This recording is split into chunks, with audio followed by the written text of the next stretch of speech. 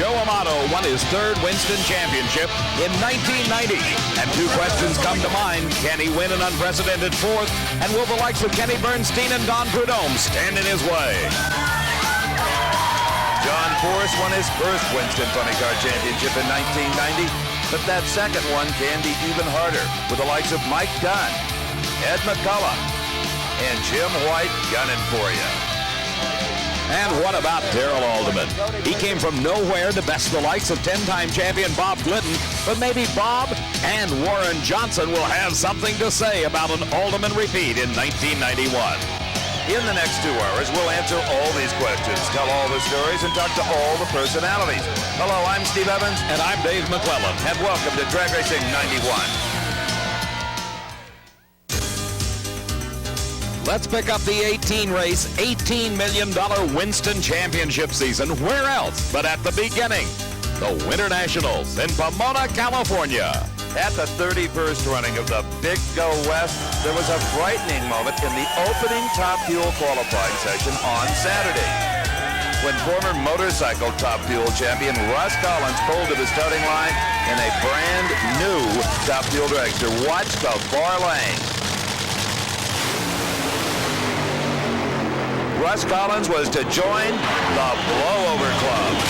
The huge crowd on hand at the Fairplex collectively held their breath, concerned about Collins' condition.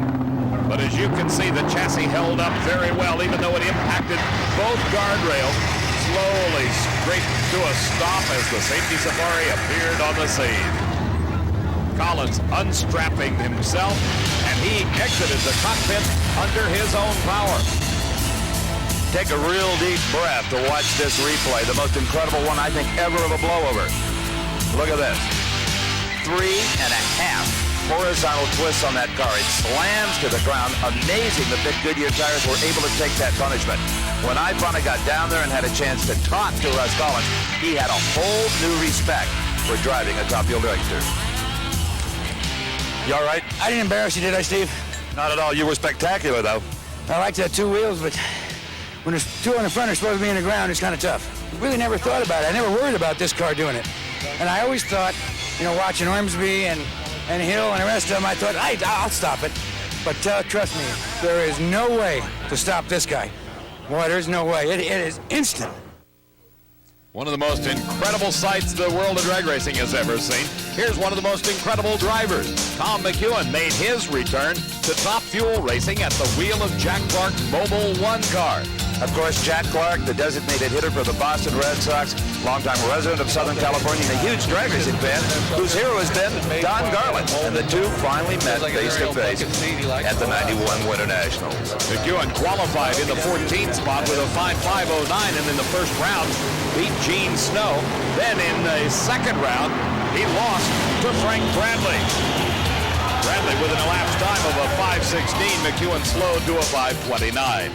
Surprisingly, for the defending Winston champion from 1990, Joe Amato, the Winter Nationals has never been his favorite race. He's only won it once, and that was way back in 1985.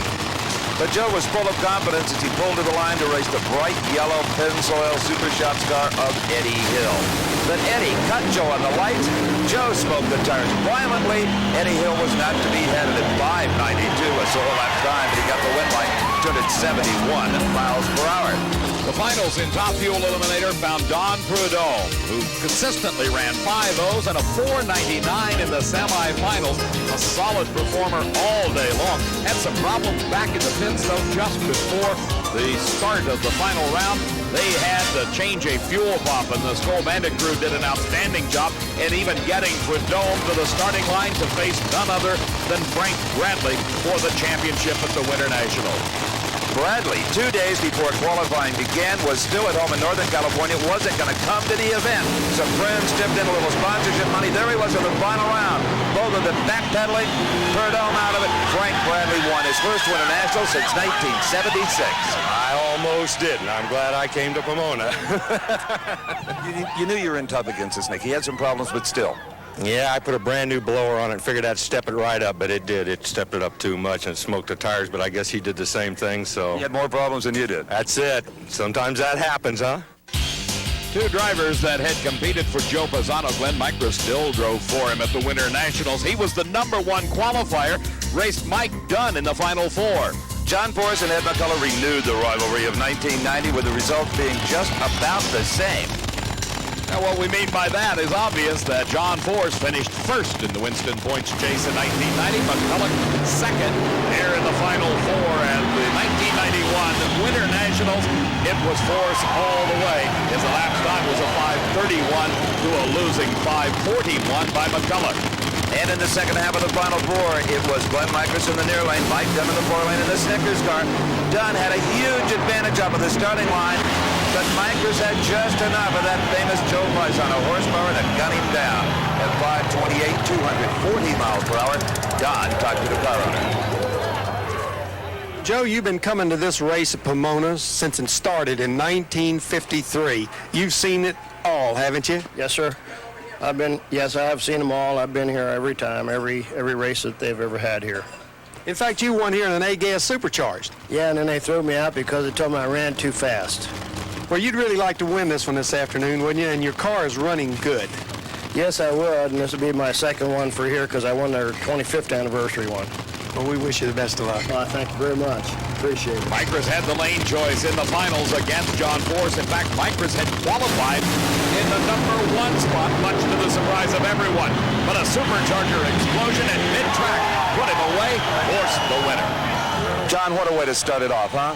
What a way, but these are friends that if I was going to get whooped by anybody, this is the team I'd wanted to do it. That's the way it ought to be. The two quickest cars head-to-head. They're bad. You're bad. I'm glad you're okay. The overall pro stock story at the Winter Nationals can be simply put. Darrell in the dominating Dodge did it again. 728s and 729s all day long to start the season as he had ended it, totally dominating on a single after Warren Johnson broke on the starting line. A 728, 188-mile-per-hour blast put the cherry on the Sunday. Steve, the next event in the 1991 season was the case of the famous lane out at Firebird Raceway in Phoenix, where they actually postponed the event for 1 week to allow them to dig up the starting line and replace the concrete. A good move by Charlie Allen, the track owner over at Firebird Raceway, because it made it into a competitive race. And a race that saw the emergence of a new top fuel driver, Craig Smith from Washington State. He qualified number 12 and was to become a major factor. His first upset was Gary Ormsby in round number 1. For Gary, an extremely rare starting line pull off. Watch the green and white Castrol car in the near lane and the Christmas tree at the same time, if you can see them both. There you go. Watch what happens to Ormsby. For whatever reason, Gary left way too soon. Craig Smith just thundered down the racetrack to an easy victory. We talked to Gary. Gary, if that staging process doesn't go exactly right, it can throw the best driver a curve. Oh, it sure does. You know, I was all set up, and then the light flickered again, and, you know, when I see anything flicker up there, I'm gone, you know. And this time it was just too early, you know. Cost the race. Thanks. In round number 2, Craig Smith came up against Frank Hawley at the wheel of Darrell Gwynn's Coors Light Silver Bullet. And once again, it was Craig Smith pulling off the upset. Hawley came in the number 1 qualifier with a great 496, the only 4 in qualifying. But Craig Smith on this day was not to be denied. Absolutely. When it's your day, it's your day. Frank Hawley loses traction, gets it sideways. Craig Smith went on to win. The crew chief for the day, Gary Beck, didn't like what he saw. Well, Craig Smith will go to his first ever finals in his first ever year. And your first major engine explosion, a kaboomer. Yeah, I don't know what happened there. It blew the burst plate out of it. I don't know what to do now. I guess I'll have to go back and put another bullet in and go again, huh? Do you have that depth of parts? You fed it a lot the round before. Yeah, we still got enough parts to go another round. We should make it again. Hopefully for Pioneer, we can put her in the final and put a black cat in the other guy's lane, huh? Boy, I'll tell you, a little luck and a little tenacity, you could do it. On the other side of the ladder in top fuel at Phoenix and the Arizona Nationals, it was Kenny Bernstein coming off an absolutely terrible year in 1990 when he finished 8th in the points, but he did make a big point here at Phoenix against the defending Winston champion. Joe Amato was the competition in the Team Valvoline car, and Bernstein just nipped him in the lights, a 499. to a quicker but losing 496. You know, the early part of the season saw a lot of finals just about in the dark, and Phoenix was no exception. Could Craig Smith possibly have put a black cat, as he said, in Kenny Bernstein's lane? Well, we tried to watch actually, wondering how the drivers were able to see down this quarter mile. But Craig Smith could not back up after the burnout, had to idle on down the racetrack, which gave Bernstein a bye run. But Kenny, the professional he is, blazed literally his way down the racetrack to a 5-0-1. You know, Kenny, it's important to win early in the season like this to get a run at a Winston title. Well, it's a pain when you don't win early. It's really tough because, you know, everybody runs so good. There's so many good cars out here in Top Fuel that it takes everything you can do to make it happen. Celebrate. I'm running, so you can bet on that, and I'm going home tonight. Kenny's first victory in Top Fuel moved him into contention with Don Prudhomme for the Winston points lead after Phoenix. Frank Bradley was third, Amato fourth, and Frank Hawley was number 5. A very pleasant surprise at Phoenix in the Nitro Funny Car category. 20-year-old Del Worsham of Orange, California, faced up with Ed McCullough, number 2 in the world in 1990 Winston points. The young Worsham had never driven anything but a Nitro Funny Car, and this was only his 3rd national event in the family automobile called the Screamer that was in the far lane.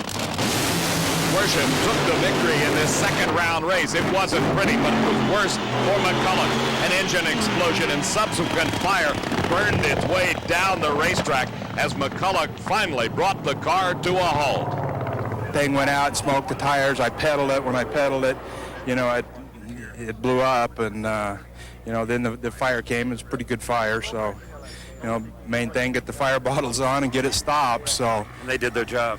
yeah, they did a good job. Worsham's day came to an end in the Final Four in his race with Jim White. White, the number 2 qualifier, advanced to the finals to race against the number 1 qualifier, the Castrol Olds of John Force. 2 races, John Force in his second final round. He looked invincible until he saw Jim White ahead of him by 3 car lengths at the finish line. It may be dark down here, but I think the happiness of Jim White will shine through.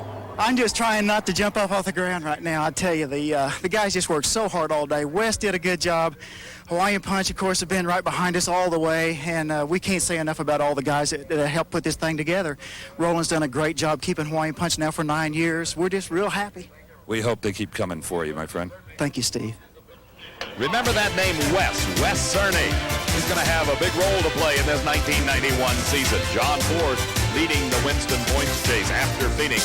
Jim White was second, Glenn Micros in third, Mike Dunn fourth, Ed McCullough fifth. The Pro Stock story was the same as the Winter Nationals. Warren Johnson against Darrell Alderman. Except in Phoenix, Warren Johnson didn't break before he got to the starting line. He indeed was there in his Oldsmobile, the blue and white AC Delco car again against the familiar Dodge Daytona Mopar parts sponsored machine of Alderman. Now watch who cuts the tree down. Not Alderman, it's Warren Johnson away first. Johnson had a lead. Alderman was in trouble. Until the finish line, a 7:31 to a 7:34. Darrell Alderman, that's 2 in a row, and you're headed for Houston, the Fram Super Nationals, a track you've got to love with all your horsepower. Oh yeah, the Mopar Daytona really runs good at the super tracks. When it hooks up in second, it has good ET, and here at Phoenix, we haven't been consistent like we will at the super tracks, and we're just hoping for a good run at Houston. Well, the little Dodge had carried Darrell to the Winston points lead after 2 consecutive victories. Warren Johnson was second, Jerry Eckman third, Tony Christian was in fourth, and Larry Morgan fifth. From Phoenix, our merry band traveled to the Gulf of Mexico. If you think Houston, Texas is always hot and humid, you haven't been there in early March. But that didn't stop a capacity crowd from filing in for the 4th annual Fram Super National. In round number 1 of Pro Stock Eliminator, the number 16 qualifier, Jim Yates, in the Fram Bendix Autolite Pontiac, had his dream come true when he came to the starting line to face the number 1 qualified car, Warren Johnson's Oldsmobile, and a red light for Johnson gave the win to Jim Yates. With Warren Johnson out of the way, it was left to Darrell Alderman to slice his way through the field. His first victim was Mark Howlett. Alderman, a strong strong 720, 189 miles per hour. In the Final Four, it was Haldeman against the Chevrolet of Bruce Allen. The outcome the same as before. Haldeman at 721.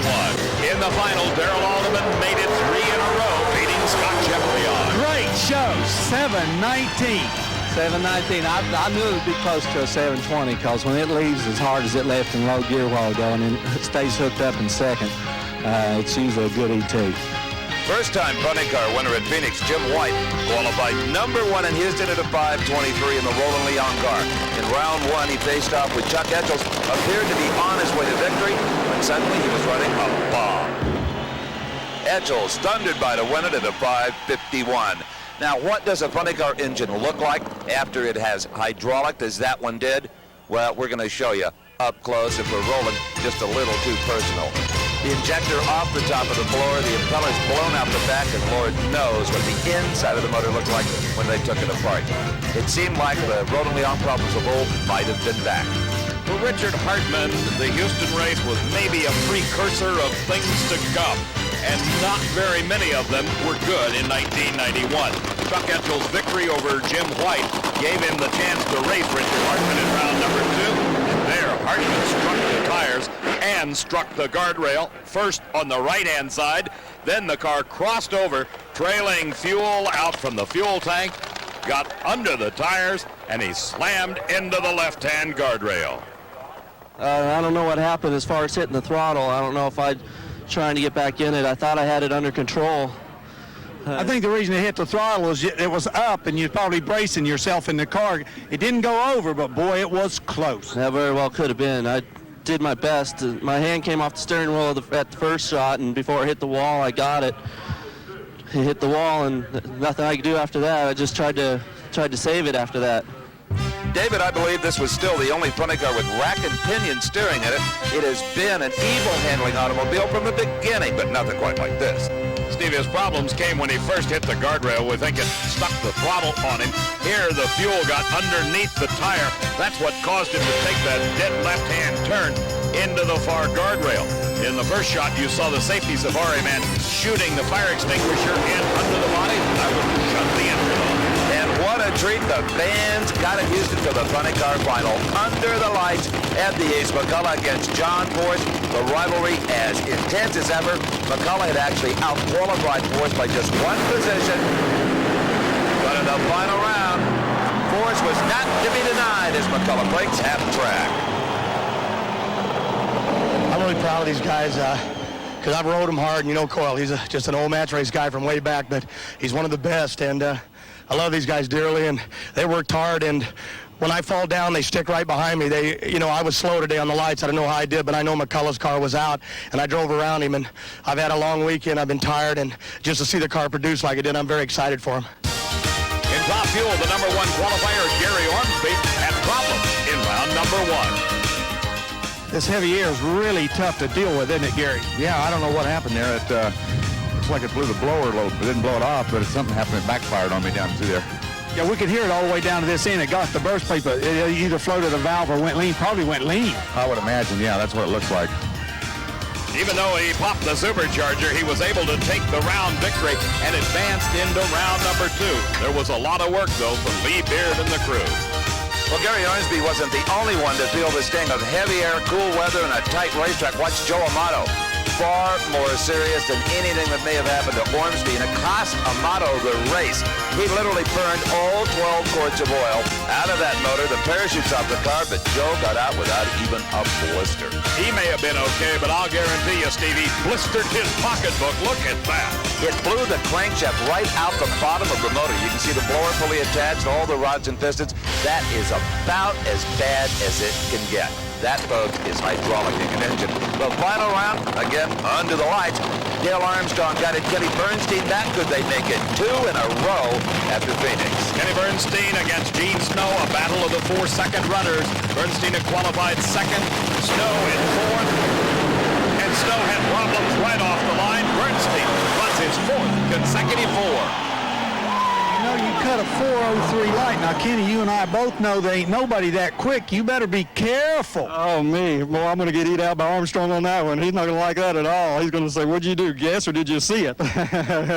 It's great. Great for the Budweiser team today and great for everybody here at Houston. I'm sorry it's so late, but, boy, it's been great for everybody. The celebration continued in the dark at Houston. The race delayed because of a mid-afternoon shower. Well, the Winston Tour loaded up and headed to try to find the sun in north central Florida at Gainesville Raceway, and sure enough, they did. For the 22nd running of the Motorcraft Quality Parts Gator Nationals. Now, David, as you know, Eddie Hill is always strong at this racetrack. He's the horse for this course. He qualified number 1 at 492, and round 1 ran a 496, all in his old short car, the one he flew over a year and a few months prior to this race. But in round number 2, he came up against Don Prudhomme. And this was not the Don Prudhomme we knew from the 1990 season. Now, Steve, Don Prudhomme had acquired the services of John Medlin as his crew chief, and it did make a difference. Hill out with problems, Prudhomme the victory, Hill obviously disappointed. Well, Eddie, a delightful race has come to an end, unfortunately. A blower problem? Yeah, kicked the blower off real early. Don't really know why. That was totally unexpected, obviously.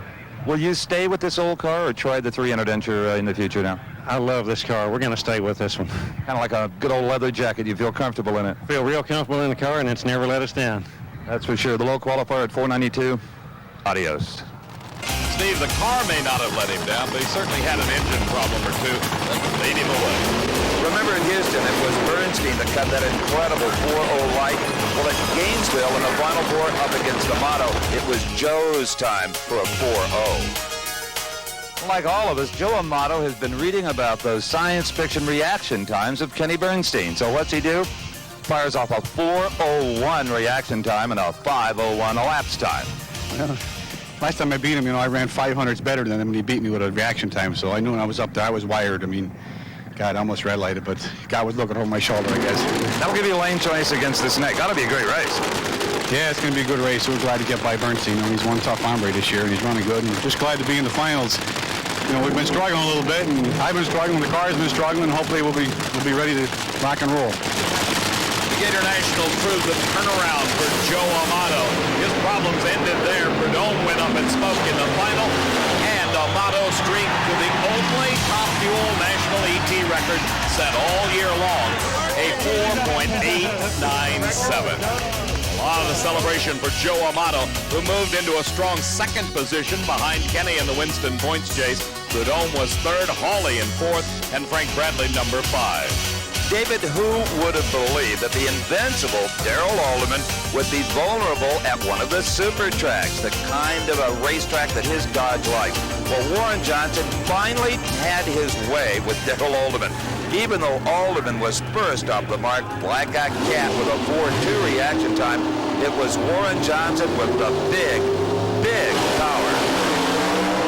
That power parlayed into a 7:27 elapsed time and a speed of over 189 miles an hour in a race that was decided only by inches. The margin of victory was so small, yet this man, you knew you won, Warren. Yeah, I saw the light just across the line. You're looking at the wind light at almost 200 miles an hour? Well, you got a little time in there. You have stopped the streak of the Dodge, and you're going to get a lot of pats on the back from the Gluttons of the world, too. I think this is all for the rest of the races. Everybody was red lighting, doing everything that could possibly go wrong for them, and I think this is for the rest of the racers, because we knew we could do it, and I think the other racers now are going to finally say that, hey, he puts his pants on the same way as we do, too. Darrell Alderman, after 4 races in the 1991 season, had a comfortable lead, followed by W.J., Jerry Ekman in third, Allen fourth, and Christian number 5. You may remember funny car driver Whit Bazemore from his incredible fire at last year's U.S. Nationals in Indianapolis. Well, unfortunately for Whit, in qualifying at the Gators, he flambéed the Permatex Ford Probe one more time. David, I believe he tried to pedal it to get traction, and kaboom. That's when it happened. The fire trailing out from behind the Ford Probe. The tire let go, and he was on a ride. You all right, Whit? Yeah, it's fine, Steve. Looking at all the soot inside the car and on your helmet, obviously you were holding your breath for a long time. Yeah, it was. This one had a lot more flame inside than the fire at Indy, but I just can't believe that it's bitten us again, but we'll get it. Get yourself checked out. Thank you. That's incredible, just sitting there calmly comparing funny car fires. Tom Hoover had something to talk about at Gainesville as well. The Maple Grove, Minnesota driver had qualified in the number 11 spot and in the final 4 was racing against John Force. That was quite a challenge in itself to handle Force, the reigning Winston champion. But Hoover had problems that were far more severe than just racing against the king. His difficulties came when the engine popped and the body flew off the race car. Hoover was able to bring the car to a safe stop, the body suffering the bulk of the damage and, of course, the supercharger. A mighty expensive way to get a little fresh air in a funny car. Besides that, what hurt the most, he was ahead of John Force, and he knew it. All right, next up, it was Mark Oswald against Mike Dunn. Oswald in the In-N-Out Burger car out of Cincinnati, Ohio. Bill Schultz, the crew chief. They were over on the far side running well, as was Mike Dunn in the E.B. Abel Snicker car. They both had a great start. It was a great race. Identical elapsed times, 5:38. Oswald won it, but he cut down a left rear tire, which inflicted severe body damage. Could he come back? We have a body for it. No, we don't. This is a brand new car. We just got it done in time for this race. It's a real shame to, I really want to do it for Jeff and Susan this weekend in In-N-Out Burger. They've been so good to us, and I'm real happy over here. It's just a shame something like this had to happen to their brand new car. People at home might be saying, well, can't you fix it? No, you couldn't fix the body. The chassis, I'm sure, is just fine. That was Mark's thoughts right after the race. But as soon as he got back to the pit, he ran into the magical mechanics of Winston Drag Racing.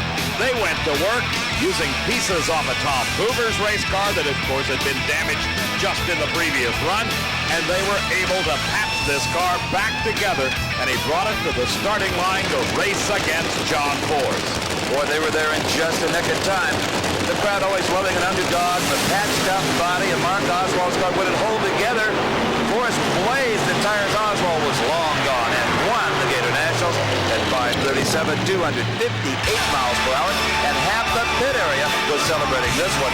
All the hands that worked on that car. They wouldn't let Mark give up. Well, you saw faces like Ed McCulloch and his entire crew. Bernie Federley, his crew chief, was over there. Tom Hoover donating parts of his damaged car. Great job by Mark Oswald and the entire In-N-Out crew. Hey, if you love golf and drag racing, there's no better place to be in early April than the Pinehurst, North Carolina region, Rockingham International Dragway for the Winston Invitational. Bob Glidden, well, he came up against that man, that pesky Darrell Alderman in that Dodge. And I think more than anything else, Bob Glidden really needed a confidence builder. He didn't win the championship in 90, was not having a great early 1991. But at Rockingham, anything can happen, and it did. Alderman was away first. Glidden won the race from behind.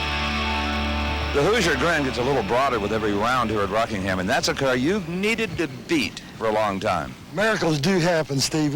I'll tell you, that guy, Alderman, has really done a job on us for about a year, and it's about time we won a round. Here's some words you love. Bob Glidden is headed for the final round. That's a swift. Steve, miracles may have happened in the final 4, but the dreams came to an end in the final round against WJ. In one of the closest races all year long, nearly identical reaction times, only inches separated the two cars at the finish. A 7:29 for WJ, 7:30 for Glidden. Now, the Winston Invitational, the fields are compact. They're 8-car fields as opposed to 16. And the national events, Lori John beat Kenny Bernstein in round 1. The low qualifier, Dick LaHaye in round number 2. And in the final, it was a young lady from Corpus Christi, Texas, up against the reigning Winston champion for $25,000. The Jolly Rancher Candy's car got a great head start, but boy, the engine problems set in, and Amato streaked to a 5:01 victory. Lori John's being towed off. Lori, it's hard to lose when you had your heart set on a victory, but in a ball of fire makes it even worse. Yeah, well, unfortunately, things go wrong, and like they say, Joe knows drag racing, so he's a winner here today. But I feel real happy about our performance this weekend, and I think we're back on the right track. It was an expensive weekend, but we've learned some things, and we've got to if we're going to put in any kind of effort for the World Championship. In Funny Car Eliminator at the Winston Invitationals, the name Al Hoffman crept its way into the final round for the first time in his lengthy career. His wife, Helen, working with the crew chief, Tom Anderson, got the probe into the final to race John Ford. And this team was so excited about finally tasting some success. We really wondered if Hoffman would be up to the pressure. $25,000.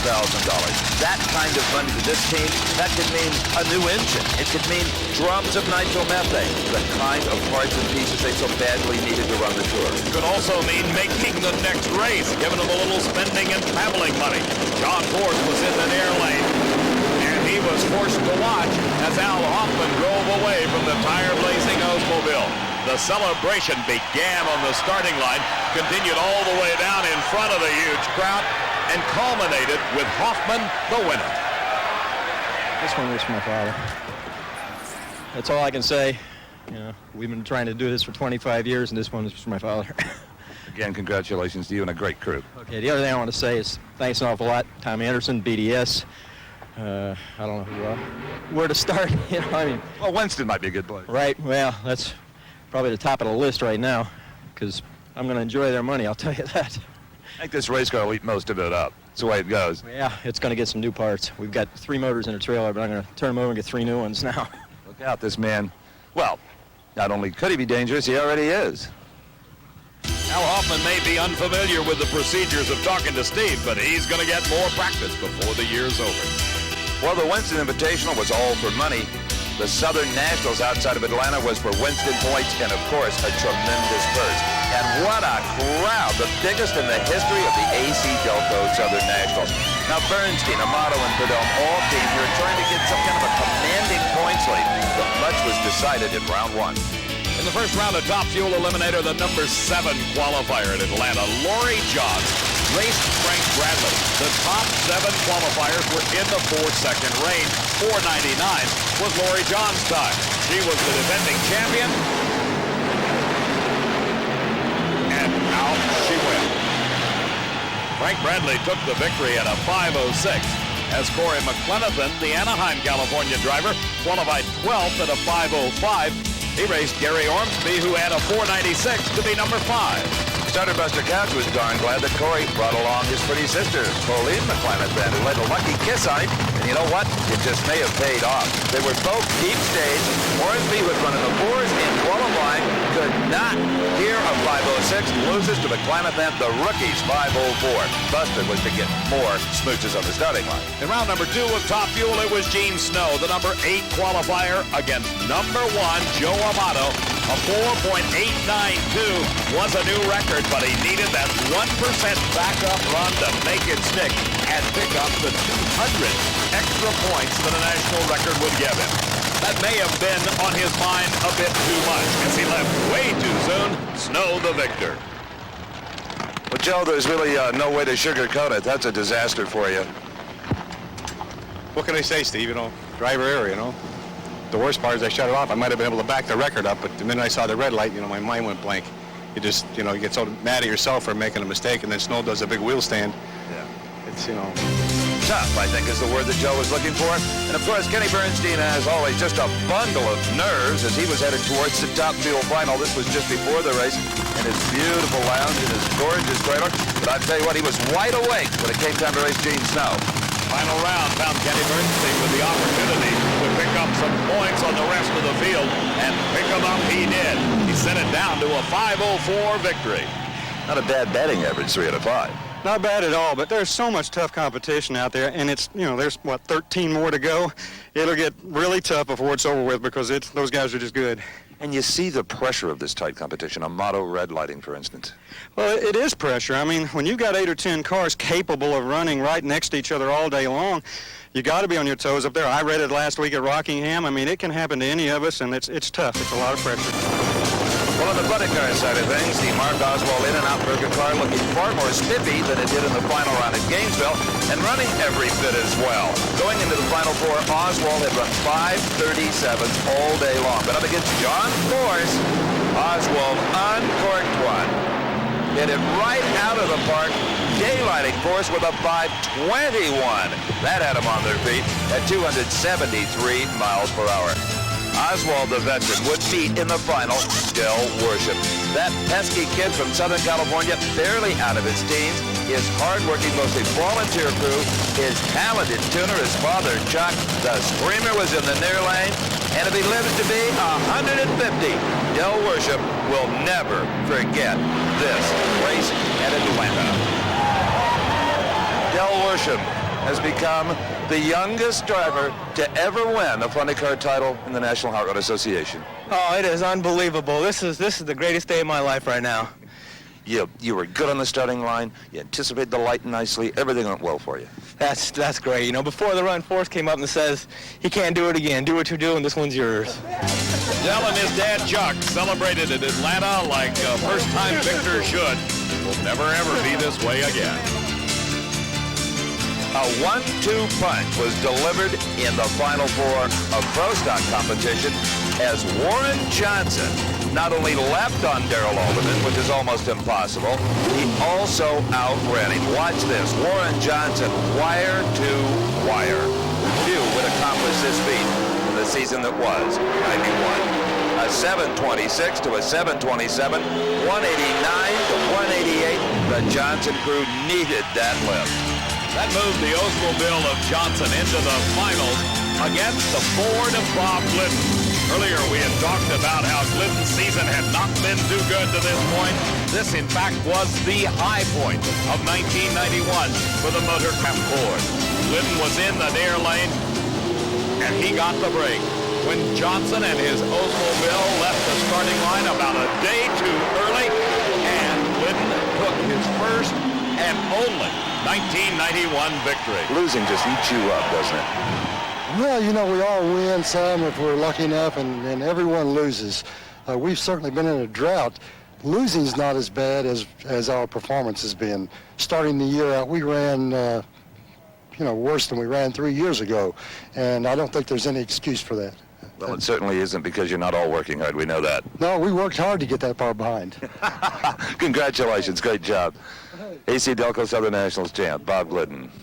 Steve, there was certainly no doubt in anybody's mind that Glidden was successful in getting that far behind, but that big win in Atlanta gave him the impetus to move on to Memphis, Tennessee, where it was time for the Mid-South Nationals.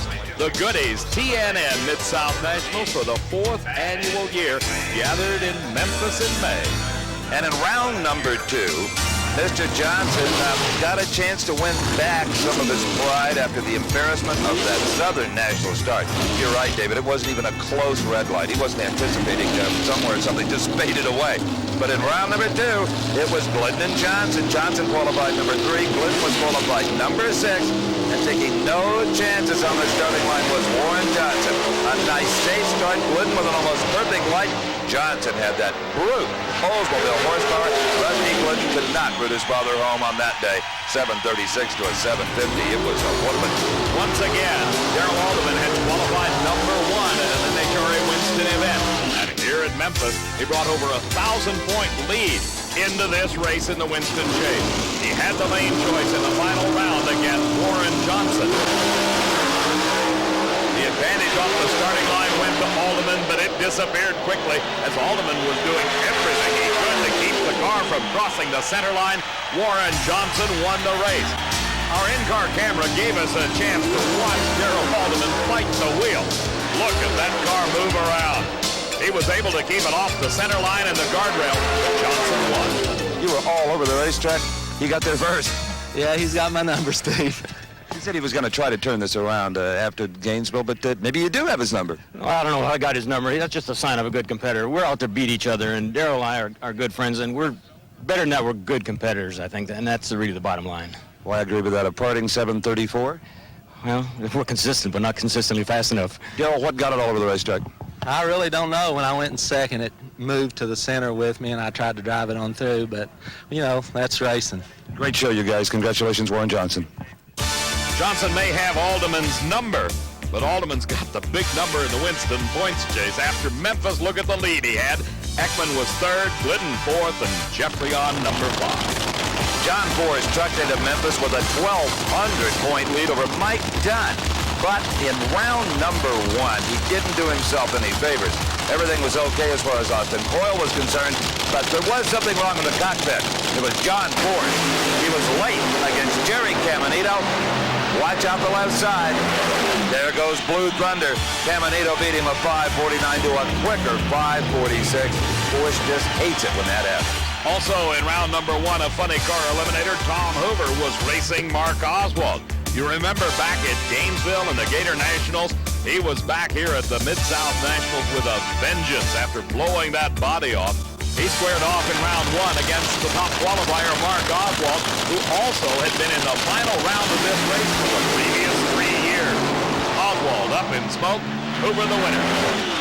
Well, Mark, after 3 years in the finals, we thought you owned this place, but apparently it just called the mortgage.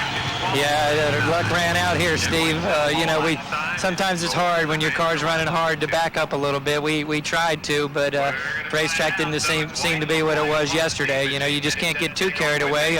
Tom's a very tough car. You know, if we got too conservative, he'd just jump up there and whip us anyway. Sorry to see you out. Thank you.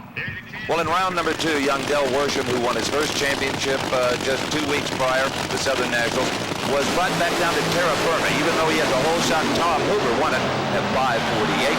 After the race, Brock Yates talked to his dad, George. Well, it's like this, you know. Down by the drag strip early in the morning, see the little funny cars all in a row. See Mr. Buster Cott press a little button, and the way they go. 86 years of age, and no one's having more fun and singing better songs than George Hoover. All Tom Hoover wants to sing about is his big win at Memphis. One thing standing in his way, though, was Mike Dunn at the wheel of the Dodge tuned by his dad, Jim. Problems for Hoover prevented a strong challenge. Dunn took the victory, 5:30 at 275 miles an hour. The Snickers crew had lots to celebrate. That big win at Memphis moved Mike Dunn into second behind John Force in the Winston Point standings. Oswald was third, Ed McCulloch fourth, and Jim White was number 5 at that point in the season. Lori Johns was under tremendous pressure in Memphis. She was the defending champion, yet her crew chief Larry Meyer had announced that he and the entire crew would be leaving the team after this race. So as fate would have it, she cut through the field. Her first real victim was the winner of the last race on the tour, Kenny Bernstein. Take this, Bud King. For the second time in the still early season, it was Lori Johns with Bernstein's number of 5:13 defeated a tire smoking 5:47. Moving on to the final 4, Lori Johns versus Joe Amato. And why not? Let's ride along with Joe Amato. What do you think, Big Mac? Great idea, Steve. As you can see, a cylinder head gasket worked its way out as Lori Johns, for the second year in a row, beats Joe Amato. Last year, it was in the finals. On the other side of the ladder in the final 4, it was Gary Ormsby's Castrol Special, squared off against Don Prudhomme in the Skoal Bandit. And David, sadly, we couldn't know that this was the last pass that Gary Ormsby would make in a Top Fuel dragster and Winston Championship competition. Gary losing with a 5:10 to Don Prudhomme's 5:11. In the finals of Top Fuel, there was one person standing in the way of Lori Johns' opportunity for a repeat victory, and that was Don Prudhomme at the wheel of the Skoal Bandit. Now, off the starting line, it was all Prudhomme.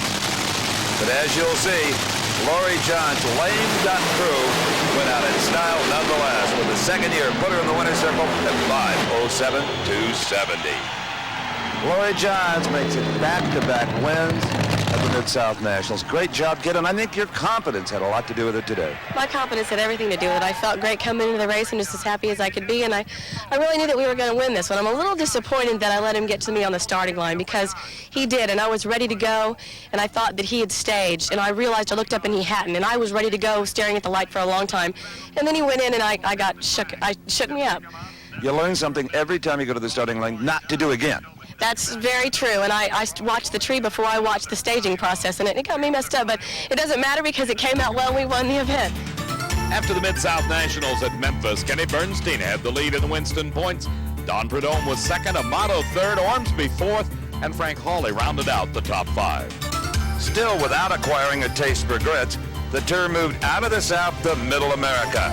National Trail Raceway outside of Columbus, Ohio, for the Oldsmobile Spring Nationals. And this is one event Kenny Bernstein will not put in his scrapbook. He came here in the points lead, but would see himself slip to third before it was all over and done with. And Laurie Johns, once again, for the third time in 91, helped him along with a little bitty nudge. Steve Morey had her new Jolly Rancher Candies crew hard at work. Ron Swearingen and team had tuned this car to the number 8 qualifying spot, and Kenny Bernstein was qualified 9th. Blazed the tires in the first round and the motor as well.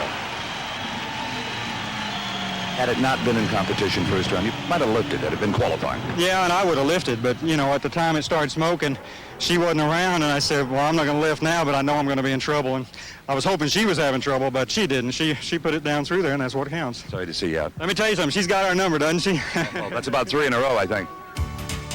Don Prudhomme had a lot to be pensive about, thinking about those Winston points. Bernstein was out. Laurie Johns was removed by Joe Amato. Don Prudhomme had gotten by Frank Hawley, and now it was time. Head-to-head, Joe Amato against the Snake.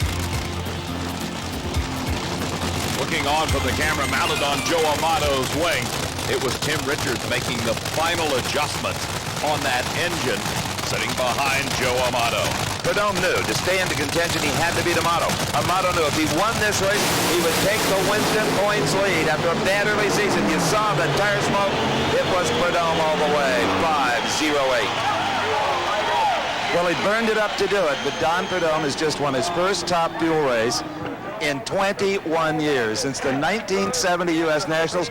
Who says you can't go home again? Yeah, I guess it's never too late. But right now, I absolutely love it. You know, the Skull Bandit Havoc car just, it was running good. And, you know, Amato was a car to beat, but, you know, things were starting to work our way a little bit, too. And I'm just pleased to be in the winner's circle after all we went through.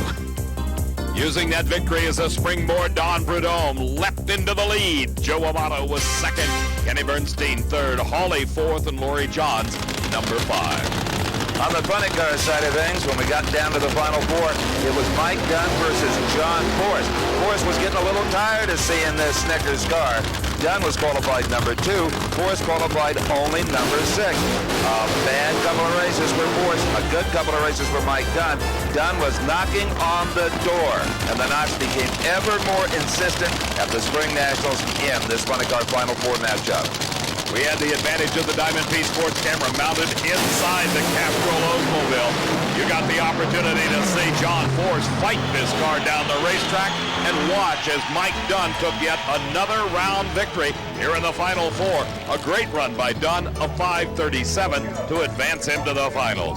But in the pits of the number 1 qualifier, Jim White, a nitro cocktail was being brewed to face Mike Dunn in that final round. For one of the few times, if not the only time in the 91 season, John Forrest, now on the outside, would be cheering for Jim White. That would be silenced later on in the year, as you will see. The lane choice here went to White. He had a 5:33 in the final 4. A very close matchup as Dunn got a very slight advantage off the starting line, but a 5:34 victory, and the Snickers car went to the winner's circle. Your dad used a light hand on this car all weekend. Maybe that's what won it for you. Well, we had a light hand the first round, and then we had a problem with the dropping cylinder the second round. We found a problem in the clutch to where we felt that it would help it out in the final. I don't know what it ran. It felt halfway decent, and it helped us. We didn't want to get too crazy on it. We just obviously wanted to win the race. And you have cut John Forrest's points lead in half, from 9 to about 450. Well, that's the best part about it, and it's you know, we've got a long way to go, and anything can happen. And you know, I just want to thank the crew, my dad, Jim Dunn, Walt, Steve, Sandy, Diane, my wife, Sandy. A great champion, Mike Dunn. He could go all the way this year. After the Spring Nationals, John Forrest had to be concerned because Mike Dunn had moved very close, and Jim White, look where he had come, all the way up to third. Mark Oswald fourth, McCulloch fifth. You know, Dave, one of the more pleasant surprises of the 91 Pro Stock season was Jim Yates. He became a consistent late-round player, and here at Columbus made it to the Final 4 before going out against the number 1 qualifier, Darrell Alderman, 734 to a 737. And that set up a Pro Stock final between, guess who? They're back. Darrell Alderman and Warren Johnson. Do you think this crowd was up for this next race? Steve, the crowd was certainly up, and I have a feeling that Warren Johnson, looking back in retrospect, wished he had turned it up maybe just a little bit more if he could have. He came into this final round as the number 3 qualifier against the number 1 qualifier. Who else but Darrell Alderman? That 7:29 in qualifying held up for low elapsed time of the meet. Haldeman also had the quicker reaction time in the final against WJ. Both cars ran identical 7:33s, and both of them over 188 miles an hour. Haldeman the winner. He just took the edge by 1. You guys had met 4 times. This was the 5th. It's now 3-2. Oh, well, I guess somebody's keeping score. I don't know. This is too hard to keep score right now. It's going to be like this all year long. There's no question about that. Well, I'll go along with the way it's been going. Well, I don't want it exactly like this, but as long as we meet in the final, that's all right with me. A great champion and a great runner-up. Thank you, guys. Good race. From Ohio, the national event trail moved to the only international event on the series, and that is Montreal, Canada, the race at San Air, and the weather, Steve, was absolutely gorgeous at the Le Grand National Molson. And I'll tell you what, at this track, they parlez-vous pro stock. They were looking forward to seeing Darrell Alderman, Warren Johnson, and Bob Glidden, and they got their shot. Now, in the pro stock Final Four, it was Glidden against Johnson, the 2 old warriors. And don't you know, Glidden still had designs on making his presence felt on the pro stock field in 1991. He ran very well in eliminations, including this one against Warren Johnson. It was Glidden away first by 0.02 of a second. And it's a good thing they ran identical 7:26 elapsed times. I talked to Bob. I'll tell you and WJ just never disappoint. What a drag race. 7:26 for both of you. It was a good race. I'm glad we're going into the final. I think I saw a 7.23 on the board in front of me about the Dodge. So Yeah, that was not an illusion. Going to be a tough one, but that's the way it goes. Leave on him. We'll try. You know how old men are. Hey, I take umbrage to that. Hey, I'm older than both of you. Don't worry about it. Darrell Alderman had lots to worry about, though. He only got 1 qualifying pass at Montreal. That was because he was delayed by bad weather, was unable to make it for the first 3 sessions, made only the last shot, and qualified in the 13th spot. In the final round, it was truly a great race. A starting line advantage by Alderman and a close race by Glidden made the crowd stand up and cheer. Well, there is your pro stock champion, Darrell Alderman. What a great drag race. The quickest elapsed time of the event at 7:20. Yeah, you know, we're really tickled with the performance here this weekend. You know, not getting to run but 1 qualifying session. And, you know, the boys just really tuned the car up, and it went great all day long. And to beat Glidden, the 10-time champ, is always a thrill. Oh, definitely. I don't think there's a pro stock driver out there that don't like to beat Bob Glidden. Congratulations, champ. Thank you. Alderman's Canadian victory moved him even further ahead of Warren Johnson, who went out in the Final Four. Jerry Ekman's 3rd. Bob Glidden was 4th, and Scott Jeffrey on number 5 in the Winston points chase. Well, the top fuel contingent came to Montreal with a 3-horse race. Bernstein, Prudhomme, and Amato. If Amato, Tim Richards hoped, were to beat Prudhomme, Amato would take the points lead. If not, Kenny Bernstein would take 2nd, and Amato would drop to 3rd. There were so many variables as we went into the Final Four, which saw Prudhomme and Amato again head-to-head. The snake over in the far lane. A dead even start by both drivers. Amato with traction problems. The snake streaks by 5:02.272. Kenny Bernstein also made it through the Final Four, even though he had to change an engine out of round number 2. And Dave, when Bernstein and Prudhomme started those cars and headed for the starting line, I just thought at my perch down at the far end, this could be one of the classic races of the season. It certainly was. The only 4-time Winston champions in Sunny Eliminator now in top fuel, meeting up in the finals in Canada. Slight advantage for Bernstein and the win. Not bad for 2 old funny car guys. Couldn't hit their back ends last year. Oh, that's the truth. Now, we'd have to check with the guys in the tower, but you might have taken the 50 points away from the snake with that 0-2. We'll have to check the thousands digit. Well, it's kind of a long season to go for that Winston Championship. It's going to take a lot to get there. This is just 1 race. We got, 11 more of these things to go? Yeah, but you've won 4 of them. You just got to quit going out in the first round of the ones you lose. Those 50 points did end up in Bernstein's camp, but Prudhomme kept the lead. Amato 3rd, Hawley 4th, Laurie Johns number 5. Almost to the midpoint of the season, John Force had been fire-free. But unfortunately, in Montreal, one of Force's favorite venues, he lit it up one more time, qualifying alongside Mike Gunn. Put yourself in that Castrol Oldsmobile. The window in the firewall showing the flame that was billowing out from the front fender wells. Quite a ride for John Force. Austin Coyle checking with John Forrest. First of all, John's okay. They've cooled him off with some water. And John, everyone at home knew, as you did, when those windows in the firewall lit up, you were in big trouble again. We're back. What can I say? That was strange. Gave no warning. Motor was trucking, and again, we did what we had to do with the race car trying to run Lloyd Taylor. I didn't know what she run, but it was a queer deal. She never lights up like that on me, and can it be fixed? You need a new body. This team, the attack team, can fix anything. We got spare bodies. We got spare everything. We'll just have to fix it. Kind of amazing, though, huh? Kind of amazing is right. The attack team he refers to as his crew, headed up by none other than Austin Coyle. They repaired the car, put it all the way into the Final Four, where he raced against Mike Dunn and won. That moved John Force into the final round against Jim White. And this was the first taste of Jim White that John Force got personally. The Roland Leon car, tuned by Wes Cerny, was slowly but surely making performance inroads. The Montreal track wouldn't allow him to run that quick, only a 5:59, but that's all they needed over a tire-smoking John Force. Anytime you can beat the world champ, you did good. And he's been your victim in both your national event wins so far. I know, and last year, it seems to be fair, because last year he beat me 6 or 7 times in a row. I was 0 for 7 last year, so, you know, it ought to come back around. Come back around it did. It kept White in third. John Force continued to lead after Montreal. Mike Dunn was second. Oswald in the 4th spot, and number 5 was Ed McCullough.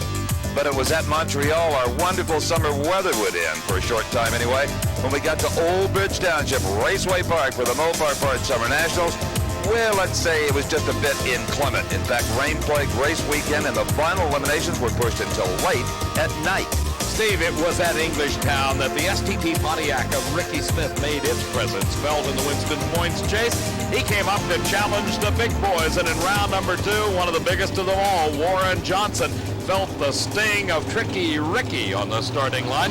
Noted for his reaction time, Ricky made it pay off for him at Englishtown.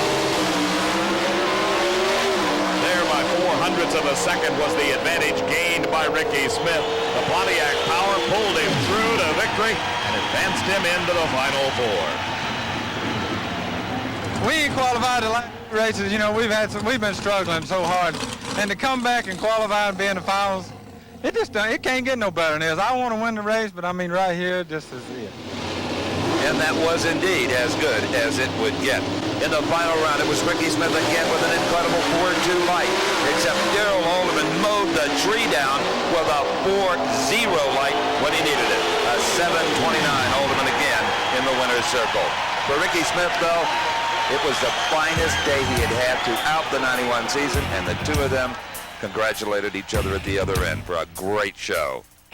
Dave, you remember it was at Houston. We talked about Richard Hartman and the problems that he had at that event. Well, believe it or not, here at Englishtown, they even got worse.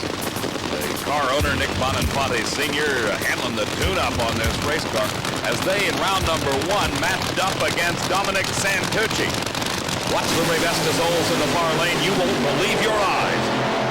The highest wheel stand I have ever seen by a funny car. As it came back to earth, it collapsed the fuel tank. That's where the flames came from. Richard Hartman got it stopped, and the good news is he was okay. Richard, when did you first know you had big problems? When I lifted it, the front end didn't come down. Next thing I knew, the body was coming off. I knew I was in trouble. What unlatched the body? Apparently just the air got underneath it, and it kind of just like a dragster, just tried to take the body right off the chassis, and it did a good job of that. And then when it came down, the A-arms broke, and I had no control over it. The most important thing is you're all right. Yeah, that's all right. John Force can read National Dragster. He knew that Mike Dunn was getting close in the points chase. So in round number 2 at the Summer Nationals, he let the challenge go no further. It was Force at a 5:31. I've been hearing all weeks about that Snickers car. I'm just kind of fed up with it, and kind of like I stayed kind of humble here at the end, but like they have been whipping up on us for a while, and I told Coyle, give me some help. My lights stink. I don't know what happened. What happened on the lights? Anything? You were a little bit late. Late as usual. I seen a whole bunch of Snickers car, but old Coyle, he earned his money. He paid it off, so all I can say is sorry for them. Thank God for us. Did he call himself humble? Humility is not his strong suit, Steve. Of course, that's what makes him what he is. John Morse, the Winston champion. In the Final Four, it was Morse against Mark Oswald. And that's where the day for John ended, with an exploded engine right out of the burnout box. Oswald went on to the final round. On the other side of the ladder, it was the #1 qualifier at one of the quickest times ever, a 5:18 for Jim White. He had to face the youngster Del Worsham. Jim White was slowed by mechanical problems just past the midway point, and Del Worsham was into the final round for the second time in his short career. And it was the same scenario as the last time Worsham was to meet Oswald. Oswald appeared to have the stronger car, and they were knee-deep in the grease in the Del Worsham pit. But once they came to the starting line, after dark, the fans love the flames here at Raceway Park in New Jersey. It was Del Worsham, second off the mark, but first to the finish line with a tremendous 5:29 at 273. Oh, this is unbelievable. I seen the headers and the sparks. I pulled the fire bottles and I was ready to come out the top. And my dad, Ron, Paul, the rest of the crew, Nicky Bonifay, they did an unbelievable job. Have you ever even driven a funny car at night? Just here this weekend, whatever I did here this weekend. Again, tremendous job. You know, you work in the shadow of all those big rigs out of your little bitty trailer, but you humbled them on this day. Oh, yeah, we can't afford the big rigs, but we get ourselves some decent parts. Those decent parts gave him his second victory. In Top Fuel Eliminator, again, Laurie Johns and Kenny Bernstein. Bernstein is a man who also has some decent parts, but he can't seem to get past Laurie Johns no matter where they race. This time it's in round number 1. Laurie Johns and the Jolly Rancher Candy's car advanced. Kenny Bernstein somehow musters a smile. I can't believe it. How long can this go on? I'm telling you, Steve, it's 6-2 now, and every time we run it, we either smoke the tires or red light. They did the job, and we didn't again, and we're disappointed. But it's kind of gotten past the stage of being mad. It's getting comical now. Well, Laurie Johns was headed for the final, and when she got there, she would meet Tom McEwen. But there's more to the story. Tom McEwen's crew chief for the very first time at Englishtown was Larry Meyer, formerly of the Laurie Johns operation. He won the last time he raced with Laurie. What would happen on this night in New Jersey? A late afternoon thunderstorm had delayed the final round into total darkness, and Laurie Johns up in smoke.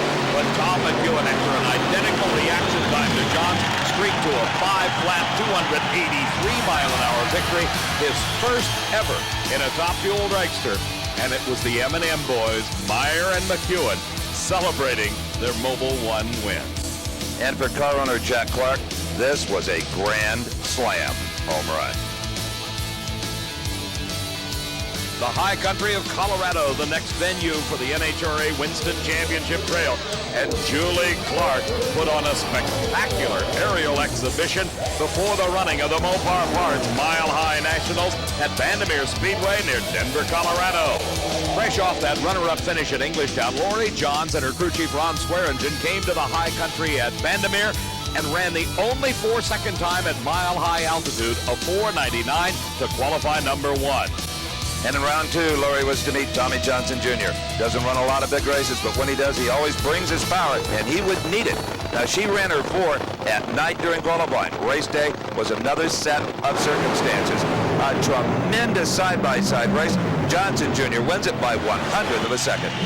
I haven't been on today. I've had a terrible time driving the car. I don't know what my problem is, and they're really not as much at fault as I am. I should have been better off the line. I was going to deep stage, and for some reason I didn't turn the light out when I thought I was going to, and I got distracted, and he left, and I was still sitting there. That was not a typical Laurie Johns reaction time. We all knew that. Yeah, I don't know what my problem is.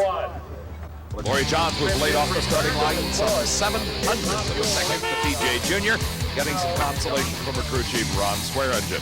Tommy Johnson advanced then to the Final Four, where he raced Don Prudhomme, who spit a blower belt off just past the halfway mark. Johnson won. Now you have dreams about going into a final round. How's it feel? Boy, this is nice. At Denver, I've been in the final here twice and lost them both. I'm going to try not to let that happen again. All right, turn it around. I'll try to, Steve. Thanks. Johnson formerly raced an alcohol funny car. In the final round, it was to be the youngster Tommy Johnson Jr. against the king of the hill, none other than Joe Amato. He had won for the last 3 years here at Denver, gunning to make it number 4. The advantage off the starting line went to Tommy Johnson Jr., but the horsepower was riding with Amato, and he took his 4th Mile High Nationals title. We very well could have been out of this race in the first round. He pedaled it, and we should have been out of the race in the first round, and that was really the driver. Maybe in the last round, that was the crew and the crew chief. But it's everybody working together. It's a team effort, and that's just what it takes. There's no other way to be consistent. That goes from the driver right down to the guy that cleans the tires off. That consistency was beginning to show for Joe Amato as he moved into second behind Don Prudhomme in the Winston points chase. It was close at this point with Bernstein third, Hawley fourth, Laurie Johns fifth. During Pro Stock competition, Scott Jeffrey on the Warren Johnson protege in the team car took care of Darrell Alderman. Warren Johnson en route to the final round took care of Bob Glidden. So it was all Johnson as far as car ownership was concerned, but they both maintained they were going to go to the starting line and race for it. The kid Jeffrey on from Huntington Beach, California, welded Johnson on the starting line. Could the boss come back? You bet he could. The boss moved a bit closer to Alderman, but not much. Glidden in third, Jeffrey on fourth, and Jerry Ekman now number 5 after the Mile High Nationals in Denver. Mike Dunn made the finals at the Mile High Nationals, but his thoughts were with the memory of Joe Paisano, who passed away from a heart attack in the pits during qualifying. Joe Paisano was pure racer and a friend to everyone in this sport. Joe P., as we all called him, and Mike Dunn had their greatest success at the 1986 U.S. Nationals, beating Billy Meyer and a Kenny Bernstein-bodied funny car in that final round. Joe will indeed be missed. I think most people thought that Joe P. was kind of a gruff guy. He rarely smiled on the outside, even when he won. Our Diamond P cameras were on hand to catch a very tender moment at the 1989 Keystone Nationals as he consoled a losing Mike Dunn.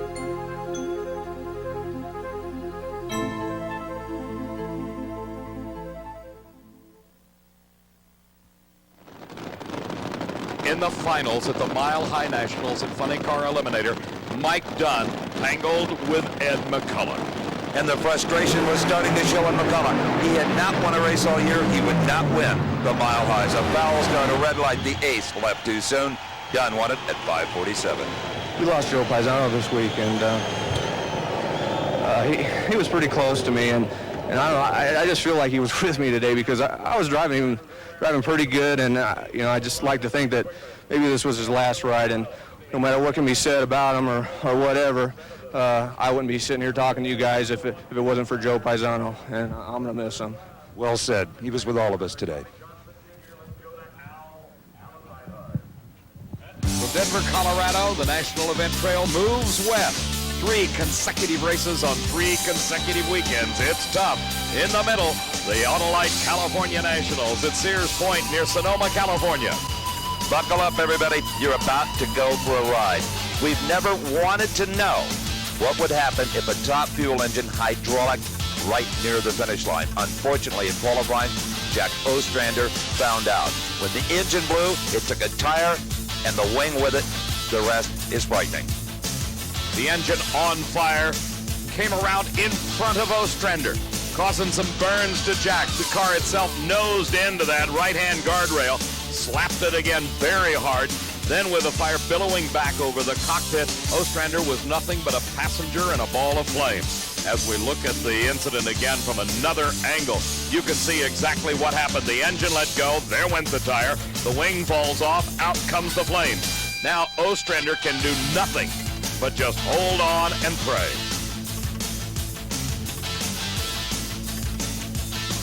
A tremendous impact with the guardrail broke the car in half. After Ostrander was taken from the wreckage by the NHRA safety safari, through the life flight helicopter, he was taken to the hospital. He stayed overnight, was checked out, and released the next day. And as you'll see later on in this tape, return to the drag racing wars in Dallas. Absolutely amazing. In round 1 at the California Nationals, Don Prudhomme leading the Winston points faced off with Russ Collins. What an inopportune time to lose traction to an ailing opponent. just things that happened. You know, we're racing number 16 car, and we smoked the tires, and I'd have got back with it, but it shook me so bad by the time I got my vision and stuff and found out where I was at. It was just too late, and of course I guess he had trouble to shut off or something. It's just the way the mop flops. The mop flopped badly for Joe Amato. Tim Richards and crew were really pressured. Just a 45-minute time span before the start of eliminations. The engine had problems on the jack stands in the pit. They had to change everything in it, and yet made the first round. Just how big a question mark are you taking to the starting line here?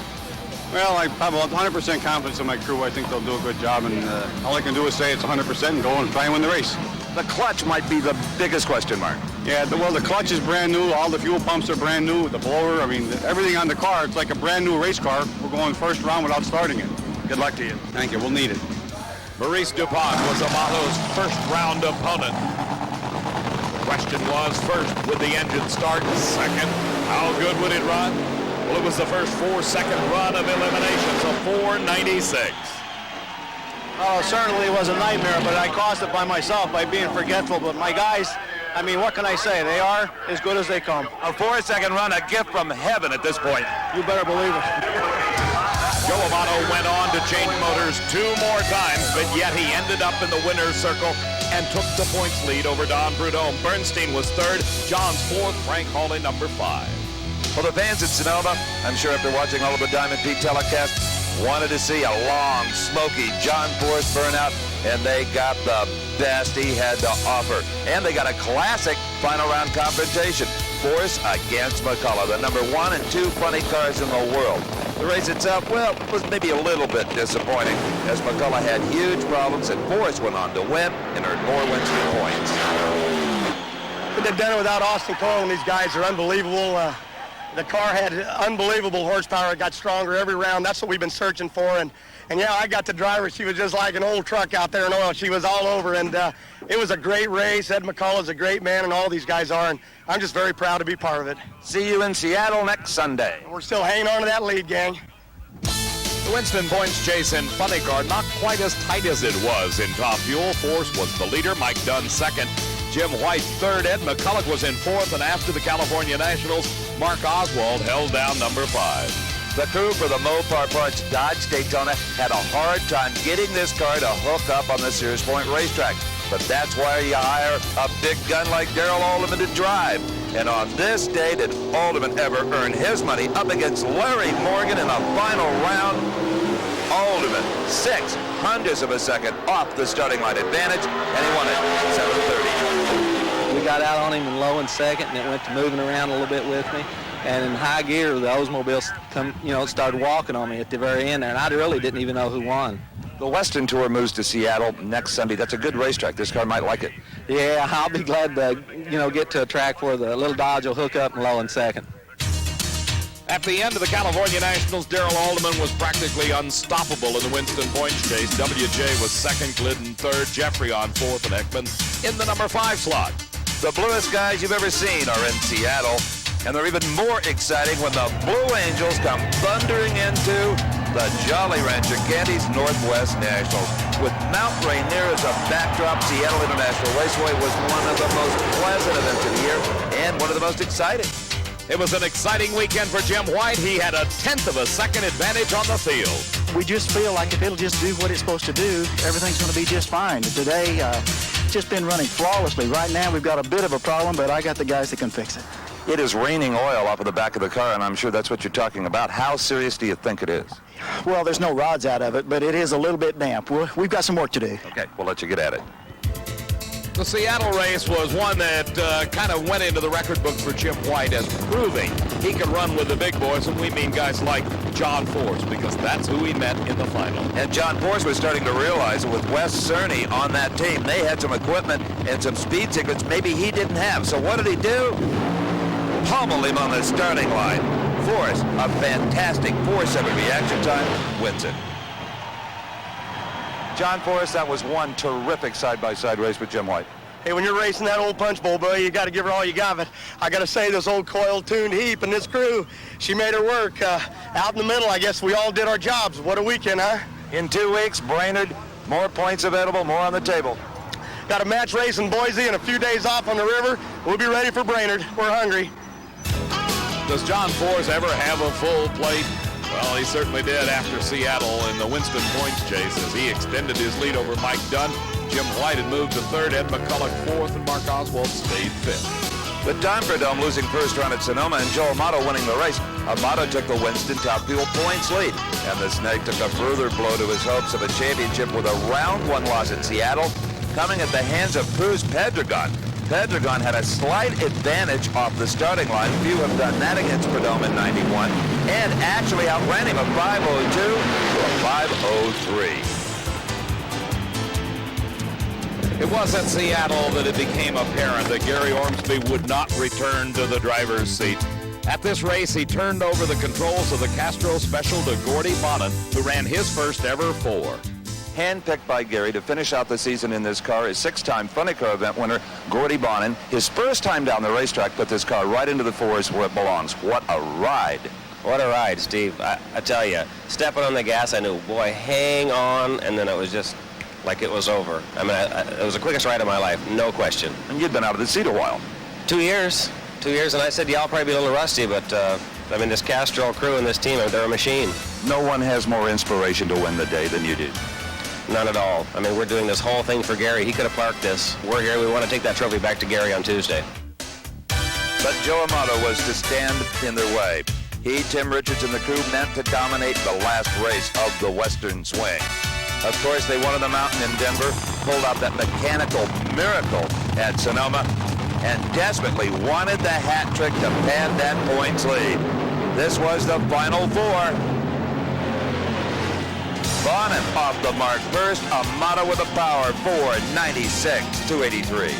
On the other side of the ladder, Tom McEwen had put away the number 3 man in the Winston points chase, Kenny Bernstein, in the second round. Then in the final 4, he beat up on Cruz Pedregon, but in the finals, he left before the tree was even activated. Took a shot at Joe Amato. It did not pay off, and Amato had his hat trick. Well, something that did pay off for Pro Stock driver Warren Johnson was again that second car with Scott Geoffrion in it. In the Pro Stock Final 4, the two got together for the second time this year. Qualified number 1 was Johnson at a 7:24. Geoffrion, again though, would get off of the starting line first. I don't know if that's good job security or not. But Geoffrion's power was no match for that of Warren Johnson in the prime car, a 7:24 to a 7:34, but that sent Johnson to the final. On the other side of the eliminations ladder, one driver had a chance for some revenge, and he took his measure of it. Larry Morgan in the Castrol Oldsmobile, loser to Darrell Alderman's old shot just a week earlier at Sears Point, put one of his own on Alderman in the Dodge. But it was only a 100th of a second, not near enough, when Darrell Alderman ran a 7:29 at over 188 miles an hour to move to the finals of the Northwest Nationals, where once again his opponent would be Warren Johnson. Yeah, and we lost lane choice there, and the boys are just going to have to tune it up a little bit for this final round. Both lanes are good here. We just need to get the right combination on the clutch and get through the gears and not spin or shake. Well, Alderman did all of the above and more, including Levon Johnson. But on this day in the Jet City, he did not have all that it took to beat a more powerful automobile. Warren Johnson won it. Well, my friend, you did something today that few have done all year to that dominant Dodge. You just flat out powered it. I'll tell you, that is a statement there. I mean, those guys are tough. Not only Darrell, the whole Wayne County group really deserves a round of applause. Our guys are no slouches either by any stretch of the imagination, but I'll tell you, it's rough beating those guys. Well, Warren Johnson kept whittling away at Darrell Alderman's Winston points lead. Bob Glidden stayed third, Scott Geoffrion fourth, and Ekman remained in the 5th slot. The Tour took a much-needed week off after Seattle before heading to the land of 10,000 lakes. Brainerd International Raceway, Brainerd, Minnesota, the Quaker State North Star Nationals. And I really don't think that Richard Hartman's car is haunted, Dave McClellan, but there's something going on there I wouldn't like if I was him. Steve, I think this is one race he would have wished that there were 3 weeks off and he just didn't have to go. In the far lane, Richard Hartman had problems. You could see the fire coming out from underneath the car. He got the parachutes out and was on the fire bottles, but had a wild ride. Richard, that was an incredible job of driving to get the thing stopped so you could get help. Yeah, I was trying to get the car stopped. I don't know what happened. It was going along decent, and I think it had a cylinder out. When I picked it up, maybe it hydraulicked it and blew up, caught on fire, and I got on the bottle as quick as I could and got... The bottles knocked it down, and then it came back on you. Yeah, it came back pretty strong, too, because it was inside the cockpit real good, and I just tried to get it stopped and get out of it, and then the seatbelts got hung up. I couldn't get to them real quick, and... Other than that, everything was fine. Yeah, other than that, it's fine. But you are fine. Yeah, I'm all right. I don't think the car is all that badly damaged either. Buzz, Richard, I'd borrow some Lucky Charms from Joe Amato. Lord knows he's overstocked. Jack Wyatt's another funny car racer that wished he had had a four-leaf clover on that day. Into the guardrail. The car then burst into flames into the other guardrail, and Wyatt had his hands full getting the car stopped and the emergency hatch open. Jack, an awful lot happened in just a few tenths of a second, beginning with, what, a blown engine? I would assume that's probably what happened. I broke a rod, and then I got in the oil, and it come around on me pretty quick. And it's typical. When they hit one wall, the body moves over, opens the throttle, and you hit the other one. We've seen it before. Once it hits that wall, you're kind of skating around in the oil and stuff. You really don't have much control. I was more concerned trying to keep out of Ed's way and just try to get the fire bottles on and get stopped. Other than a little singe, are you all right? Yeah, just fine. Yeah, just a little broken-hearted, really. Hope to see you soon under better conditions. I hope so. We're going to see, taking inventory and stuff, and we'll see. The final round at Brainerd in funny car racing found John Force racing Mark Oswald. Oswald had qualified third, Force in the number 5 spot, and Oswald was very competitive at this race. John Force may tease a lot about a lot of teams, not this one. The man who wrenches that car, Bill Schultz, formerly worked for Force. He knows how good he is, and everybody knows how good Mark Oswald is. Absolutely unflappable in a funny car. I don't care what happens.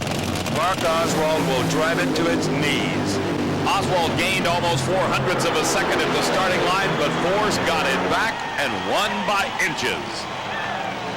John Force, 3 in a row. Congratulations. A great win here in Minnesota. We're excited, Steve. It's a chance maybe to win another world championship, and we just kind of keep trying to push that lead out there. And today, some of the bad guys fell, and it's just fate there. You made good money today, the big money at the U.S. Nationals Labor Day weekend, and you're hot. Yeah, but you got to hand it. Old McCullough's won that about 100 times, and we'll go down there and just do our best. And right now, we're not chasing money, we're chasing points. Celebrate. Thank you. In Top Fuel, it came down to another man who had won 3 in a row, Joe Amato, who has an intense sense of history. Yeah, we'd be the first person in the history of drag racing to win a Top Fuel class 4 national events in a row. I mean, there's a lot of guys who have tried and they've always got the 3 and they've fumbled. And we really had a lot of pressure to do it.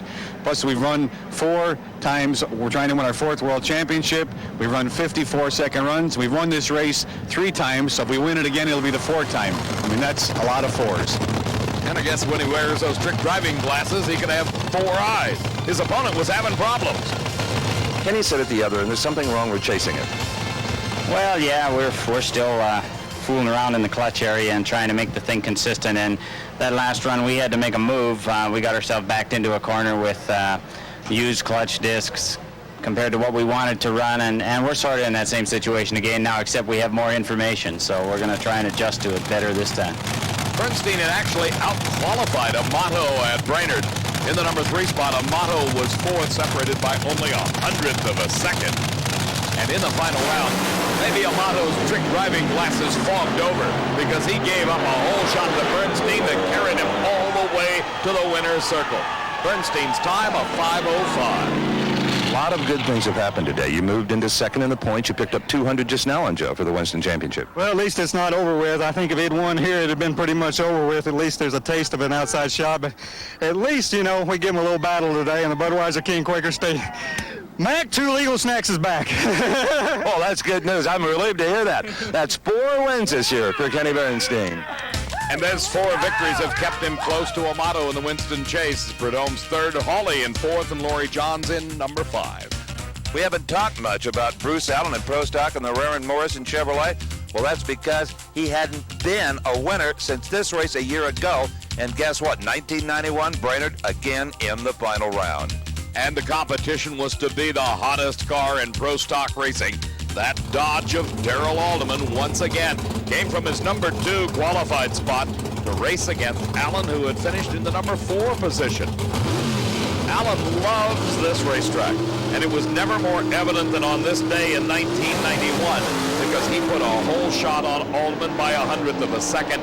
Then the mechanical gremlins that had plagued the Super Shops team all year long set in once again, and Alderman won the race with a 7:32 at 187 miles an hour. Just a week and a half after Brainerd, the Tour moved to the biggest of them all, the U.S. Nationals at Indianapolis Raceway Park. Just as this race was getting underway on Wednesday, word came from California that Top Fuel champion Gary Ormsby had succumbed to cancer. Immediately, it became apparent to all that this U.S. Nationals in 1991 would be something special. In fact, it was dedicated to the memory of Gary Ormsby.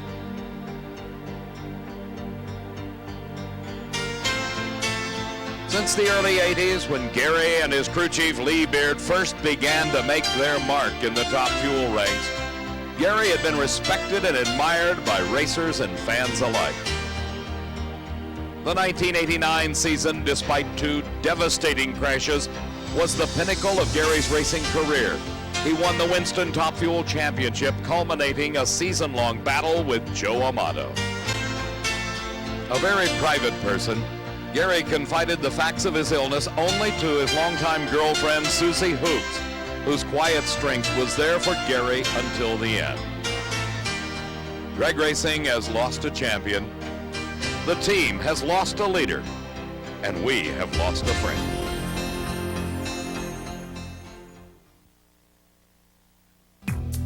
After the Northwest Nationals, Walt Austin and family had bought all the assets of Gary Ormsby Racing, and this was the very first Top Fuel event for Pat Austin. Well, in Top Fuel Racing, Pat Austin is batting 1,000. You've won your first ever round. Good job. Thanks. Overcoming that opening ceremony is the toughest thing I've ever done in my life. And, 5:07. Great elapsed time from a great car. yeah, that's great. That's a good stepping stone, I think. In this round 2 race, with 40 alcohol funny car titles under his belt, Austin began to prove why he might be one of the great new Top Fuel drivers. Pat's hole shot 5:05 defeated Hill's much quicker 4:98. An emotional Lee Beard talked to Don Garland. Lee, I'll tell you, considering the trauma that you've been through, your performance is outstanding. Well, Don, as you know, it's very emotional times for me here. I'm trying to do the best job I can. It's very, very difficult. You have no idea how this has affected me, and I have a good team, and they're doing most of the work and allowing me to make the minor decisions that are making our car perform today. We're all with you, Lee. Thank you. In the final 4, Lee Beard tuned the car of Pat Austin to race against Tom McEwen. McEwen had qualified 7th, and he had his hands full as Jack Clark, the car owner, reflecting possibly the emotion of the moment, not only for Lee Beard, but also for everyone racing at the U.S. Nationals this year. I'll tell you what, Dave, nobody really wanted to beat that green and white car, but they're racers and you do what you must. No one would beat Pat in this round. Pat Austin, his debut as a Top Fuel driver, you just threw out Jack Clark's car at 3rd base with a 5:03. This is a story that's going to continue for one more round this fuel car, and we're going to get in the winner's circle. Your reaction times are sensational. Everybody's talking about them. They can't even believe them. Well, it's just like a fight. It's obvious to a boxing match. You go in and you establish your ground rules right away, and that's to let them know that you're there for business and nothing else. So I think you like to throw the right hook and hit them on the chin and let them know that you can throw a good hook. You got them on the mat so far. One more round to go. Rock and roll. That's youth showing for you. Rock and roll, what a phrase, and that's exactly what he was doing. It felt good, man. Good job. Lee, this car just keeps running better and better, and Pat is a natural in it, apparently. Oh, he's doing a super job. He's like the Airtron Senna of drag racing, you know. I'm awful lucky to be in this position to have such a good driver here at the U.S. Nationals. And I think you'll even be more impressed when you see that reaction time. Oh, we've been watching him all through qualifying and eliminations here. He's phenomenal. Lee Beard, of course, referring to Ayrton Senna, who is the great Formula One driver. But elsewhere in Top Fuel eliminations, there were points to think about. In round 2, the top 2 in the Winston standings met head-to-head. Kenny Bernstein with that whole shot victory over Amato just a week and a half earlier at Brainerd, Minnesota, getting psyched up to try to do it again. Amato was the number 1 qualifier at 495. Bernstein only number 8 at 506. But when the two met, the reaction time went again to Bernstein. Did he have the performance to again take the measure of Amato? Yes, he did at 505. They're a great team out here right now. We all shoot for them. To help your championship hopes, you had to get Amato in an early round, dispose of him. You've done that. You didn't really want to. You waited later to the final, but if you had to, this is the only hope we've got. Otherwise, he's going to walk away with it. But we're happy right now, and we got some work to do now. Great job. While Bernstein was ecstatic with the victory, Amato felt the pressure. Well, Joe, you and Kenny are great friends, but fierce competitors. That hurt. Well, Steve, we were running good. I messed up. I overstaged. I had to back up, and it threw my concentration off a little bit. And, he's going to be right there. And the car fell off to a 510 a little bit, but, I got to get all the credit over here for not being aggressive on the line, I guess. I was aggressive, but I just wasn't, didn't get it the light. What can I say? Thanks, Joe. We'll make a championship out of it anyway. That championship he referred to, of course, would be his 4th Winston title. Pat Austin not only had to confront the emotions of the moment on the Gary Ormsby story, he was also trying to do something that no other driver had ever accomplished in the history of drag racing: win 2 national event titles on the same day. He was competing both in Top Fuel and in alcohol funny car. And you have no idea how difficult that is to do.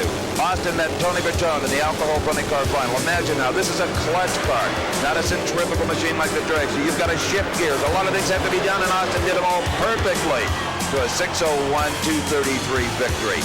There was very little celebration at the far end with Pat Austin. He had his mind on winning Top Fuel for Gary Ormsby. Into a golf cart in front of the fans, cheering wildly, as you remember, Dave McClellan.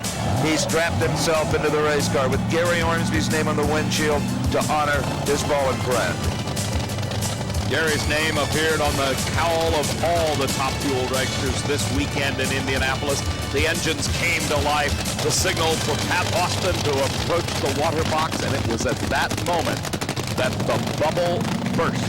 The supercharger exploded as he came out of the water, and that brought an end to the day of Pat Austin. You saw the crewman, you saw starter Buster Couch throw down their towels, indicating what a disappointment it was for everyone.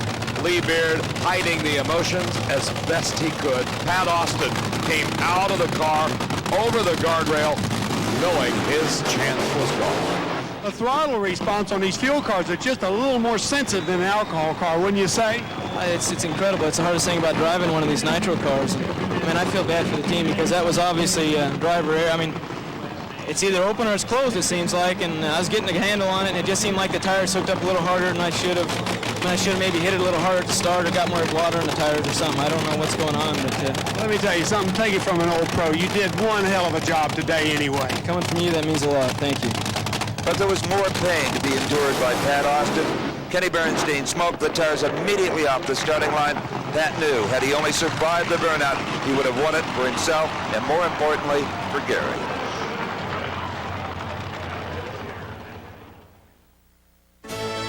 Labor Day weekend in Indianapolis Raceway Park is the site of the biggest and oldest of the special races within races. We're talking about the Big Bud Shootout for funny cars, and these were the 8 drivers that competed in this event this year. The final round, who else should meet but Jim White and John Force, just as they had been battling all season long in the Winston Points chase. And Jim White had a stranglehold on this event. He was a low qualifier, had a new national speed record, and John Force saw some of that speed out of the left-hand side of his car as Jim White won the Big Bud Shootout 5:16.288. Incredible round. 5:16. Whoa. 288. Wow. Wow.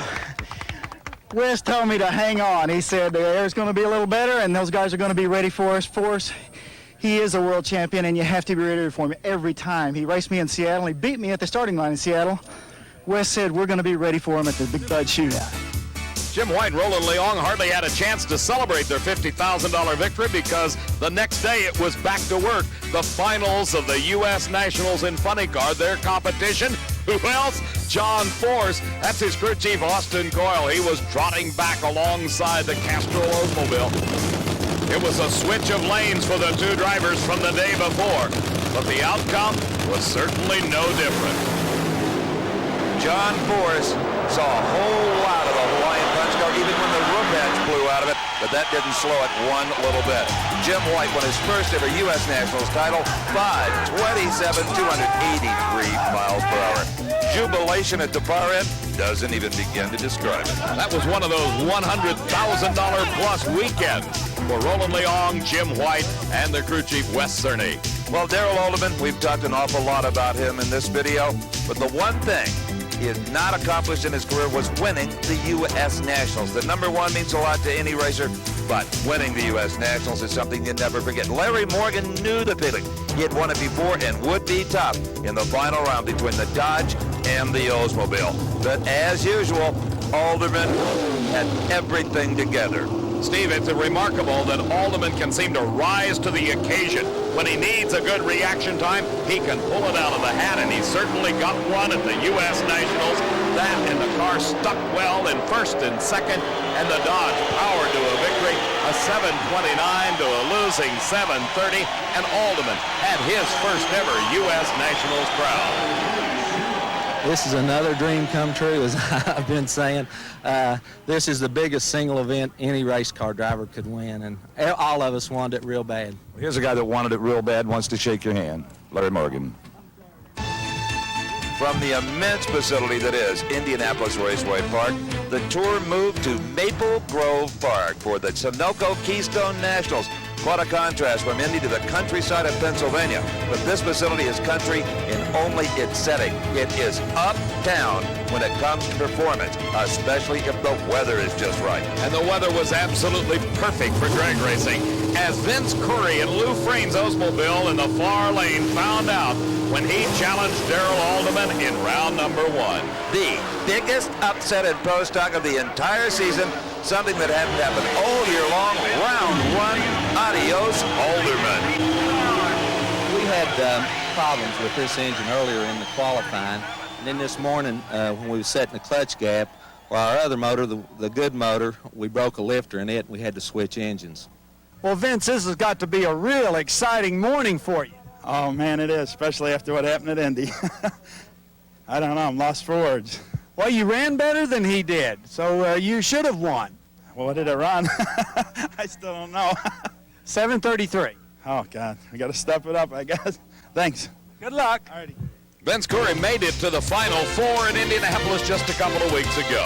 And at the Keystones, the performance hits just kept on coming. With Alderman out, it was a big opportunity for Warren Johnson to step up and show what he was made of. He started off round one with a new national record, 7.180, the quickest run in Pro Stock history. Warren was hot. Got a new national record, 7:18. Oh, Don, I said it was going to be fast out here today. The fuel cars all stepped up, and there was a lot of fours the first round. I knew it was going to be fast. And then, of course, Warren is, Darrell is out, so... Well, that'll help a little bit. The record's another 200 points, 250 keep low ET. Things are looking up now. Well, he hasn't won the world championship yet, has he? No, we're going to fight this thing down to the wire. WJ advanced to round number two, where his competition was the Super Shop Chevy Beretta of Bruce Allen. And Warren Johnson won it. Then in the Final Four, Bob Glidden and the Ford fell to the charging Oldsmobile till the final round when it was a pair of Oldsmobiles. Mark Powick in the near lane put a huge hole shot on WJ, but Johnson and the AC Delco Oldsmobile and 7:19 could take the victory. Well, I don't know if I won this thing. This car won this thing, and that all the credit goes to Greg and Kurt and Gordy and John and the guys that got this car, because I wasn't driving worth a damn today. If you know, I mean, some days you can't bowl a strike, you can't hit a home run, and it just was one of those days. The car is what won this race today. Well, then the car took every available point you can win at a national event, a grand total of 1,382. Just enough to tease Warren Johnson into really going for it the remainder of the season against Darrell Alderman. Still a wide points gap, but Warren Johnson, you heard him say, it's going to go down to the wire. Like Warren Johnson dominated this race, Jim White has certainly dominated Funny Car, a 5:15 in qualifying. John Flores a 1/10 of a second off going into the final. We did what we wanted to do. We made it to the final round, nice and calmly to make sure we're going to hang on to our points lead for the year. Now we're going to go for the throat, and hopefully I know how to come up with that 21 or 22 and make this a drag race. And it was a drag race no one will ever forget, especially friends, fans, and crew of the Jim White-driven car, the Hawaiian Punch machine of Roland Leong. Because not only did he drive around John Forrest, he set a new national record in the process. 5:18. But let me tell you what, a new speed record, 289.94. Wow. Thank you, Don. Wes told me that we've just been babying with this thing all day. We put a blower on the semis, as you remember. He said, let's just put a little nitro in it, run it to the finish line this time for the first time. I congratulate Wes Cerny. What a great, great crew chief. White's victory at the Keystone Nationals moved him even closer to John Force, but the Castrol-Olds continued to hold a dominating lead. An impressive performance by White. Joe Amato is a native Pennsylvanian. He lives only a few hours from here, started racing at Maple Grove, but has never won a race here. Is he superstitious? I think so. We've got 3,000 people here cheering for us, and they're putting a lot of pressure on Joe Amato. But, it's always been a jinx. There's a monkey on our back at our home track here in Reading, and this year we kind of took a lot of precaution to really prepare the car real good, and I got my Italian horn on. My mother-in-law told me to wear this. This is real lucky. My mother-in-law's home saying, I got all the old ladies in Old Ford saying rosaries for me today, and so we're just going to pray a little extra hard, and hopefully God will be shining on our side. Kenny Bernstein is the only driver that has a shot at putting a stop to Amato's charge to a fourth Winston title. This is a pivotal race in the Winston Championships. You've got to do well here this weekend if you're going to be in this hunt for the points. Have you and your team done anything special for this weekend, or is it just business as usual? I wish we had something special to do, Big, but we don't. We're just doing business as usual, trying to make the car go as quick and fast and be prepared as we can not to have a mechanical failure. It's going to take everything we can do to keep up with Amato, and it is pivotal this weekend. Well, to race Bernstein, Amato rolled to the starting line with a Ziploc bag full of Lucky Charms stuffed into his fire suit, and apparently something paid off. Watch the Bernstein car. It gets wild. Straight up in the air. Only alert driving by Bernstein prevented a blowover. Only alert driving by Amato presented an upset. What'd you think as it was going up? Man, I was mad. I just knew I was going to have to get out of it, and I knew he was history. I knew because we were running good, and I said, man, and there it goes up, up, up, up, and all of a sudden you can just see sky, and I said, that's it, all I can take. Off the throttle and crash, and I knew it's coming down hard. I wish Lucky didn't go over on us. Don Perdomo was coming down hard on the entire field. He qualified number one at 4.91 seconds against Scott Coletta of 4.96. Then Corey McClellan 4.95. Frank Hawley down the tubes at 4.95. Perdomo versus Amato. Could he run another four? The question was, could Joe Amato break his jinx and win his first ever race at Maple Grove? Perdomo was there to stop him. 4.95, 278 miles an hour, and it was all Perdomo this weekend at the Keystone Nationals. The celebration at the finish line between the two drivers. But Perdomo had one of the greatest days of his career. His 4.91 in qualifying was the quickest time he had ever run. Amato held on to the lead over Bernstein, and Perdomo solidified his spot in number 3. And did that ever whet everyone's appetite as the Tour moved to a super track? In fact, the quickest and fastest drag strip of them all, Heartland Park Topeka for the AC Delco Heartland Nationals. Steve, after the spectacular performances at the Keystone Nationals, like 30 4-second runs in one weekend, Jim Murphy bedazzled him in funny car qualifying at the Heartland race. He took his Holy Smokes Dodge Daytona to the starting line, but it didn't make it to the finish line in one piece. Well, this brought a whole new dimension to the term flip your lid. Watch this. Kaboom. Both parachutes out. Murphy was just fine. We talked with him. Jim, that's got to be one strange sensation. The ultimate sunroof all of a sudden. Exactly, Steve. It seemed to be on a pretty decent, seemed to be moving okay, and I think it probably dropped a cylinder or two, and blower backfired. I'm not sure exactly, probably hydraulic and caught a valve, and off it came, and all of a sudden we were there with the body on, and all of a sudden it's sunny out. You're qualified. The body doesn't look that bad. It's just going to be a long night. Boy, that could be. I'm not sure. I haven't seen the body or anything yet, but it will be a long night if that's the case. Well, how about a long season? The saga of hard luck Hartman continued, and the Heartland National. Watch this. Poor guy. He lit another one up, and another great job of getting the car stopped. Richard, in a situation like that, your talent is as important as the fire bottles. Yeah, you gotta get the car stopped and keep it off the guardrail, and sometimes that's hard to do when you're skating around in oil and you got smoke filling up in the cockpit, but that time, luckily, it happened right off the line, and I was able to get it under control pretty quick. It's been a tough year for you, kid. Yeah, real tough. Steve, that was probably the understatement of the entire season. A tough year for Richard Hartman.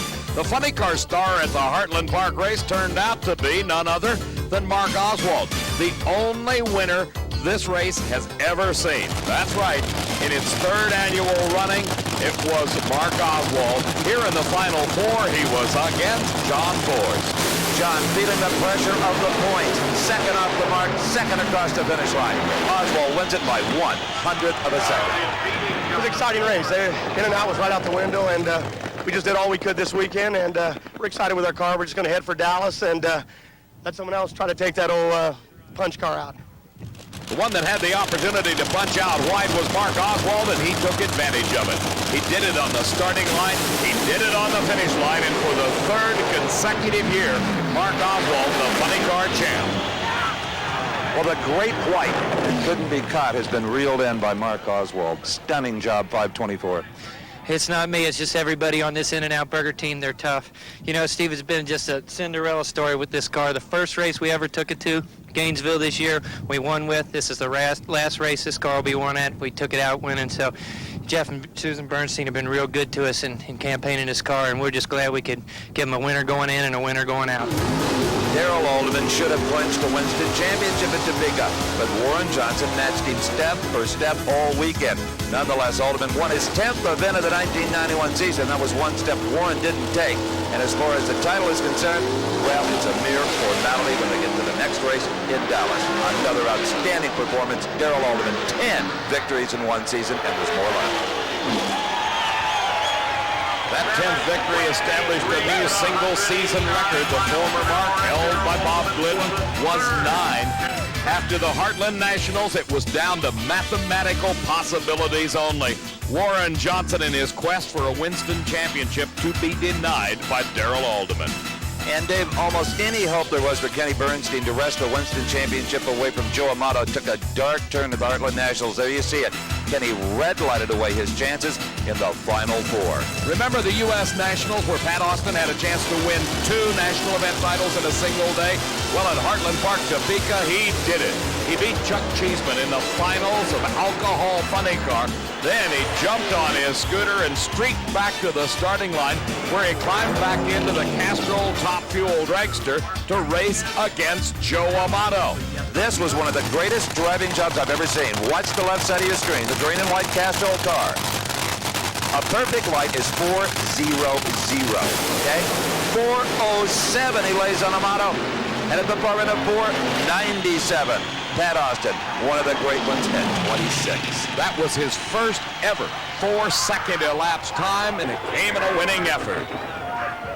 Pat Austin trying to get composed because he knows he just made drag racing history. No one has ever done what you've just accomplished.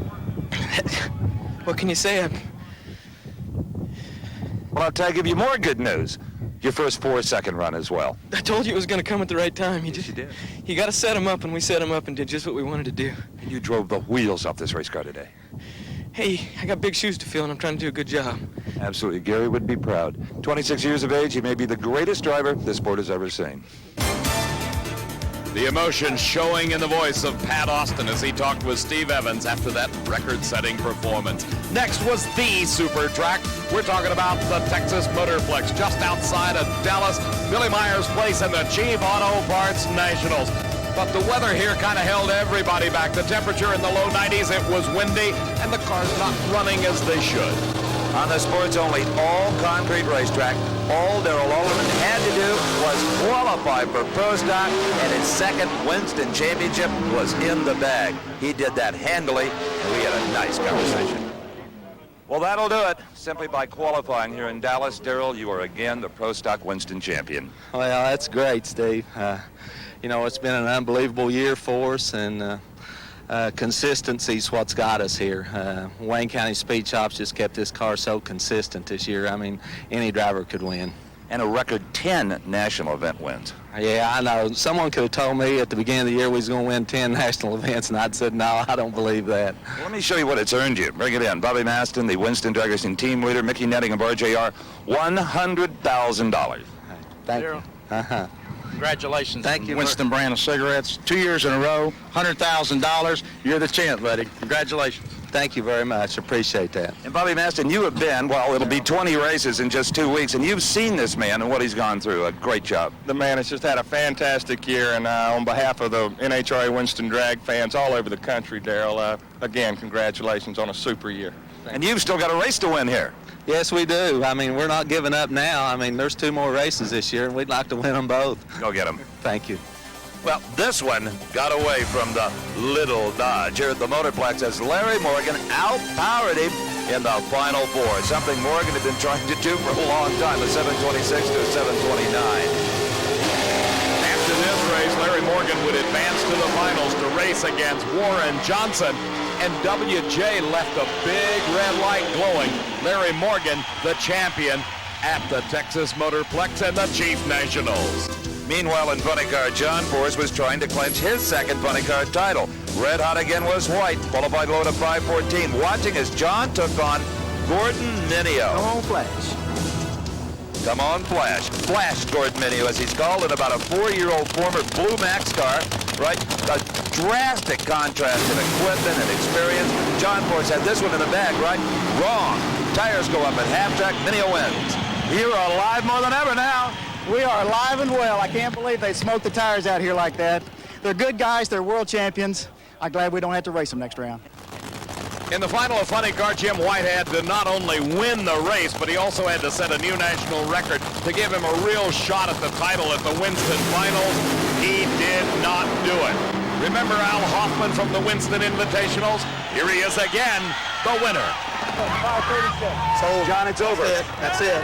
I can't even believe it. It is finally over. Yeah, and I'm still sick. I'm in shock. I got to see this boy Hoffman.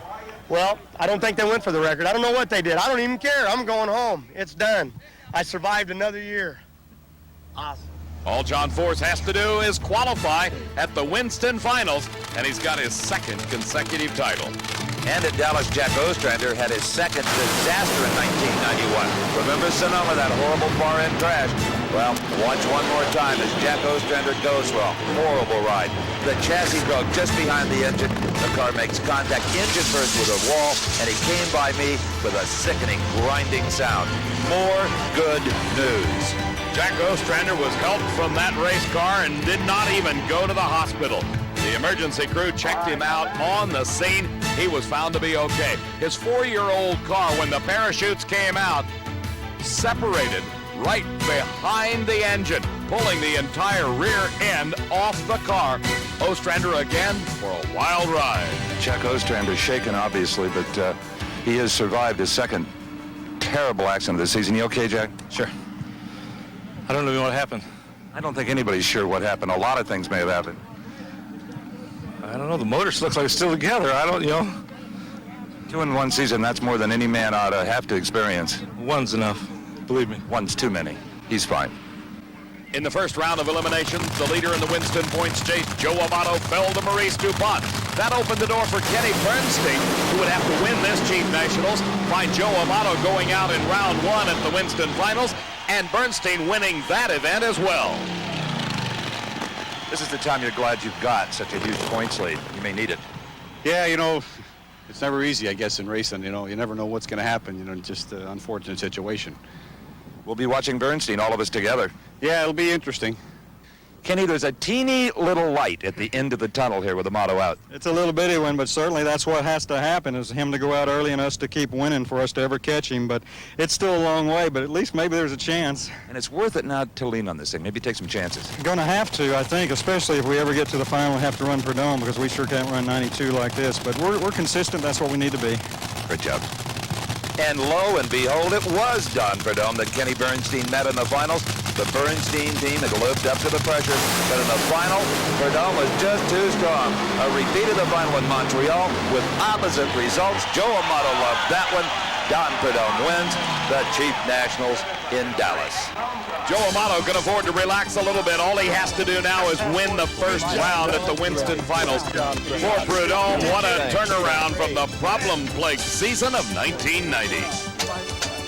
Well, 1991 ended right where it began. The Los Angeles County Fairplex and the Winston Finals. A huge crowd on the second weekend following a rainout. Didn't dampen their enthusiasm one little bit.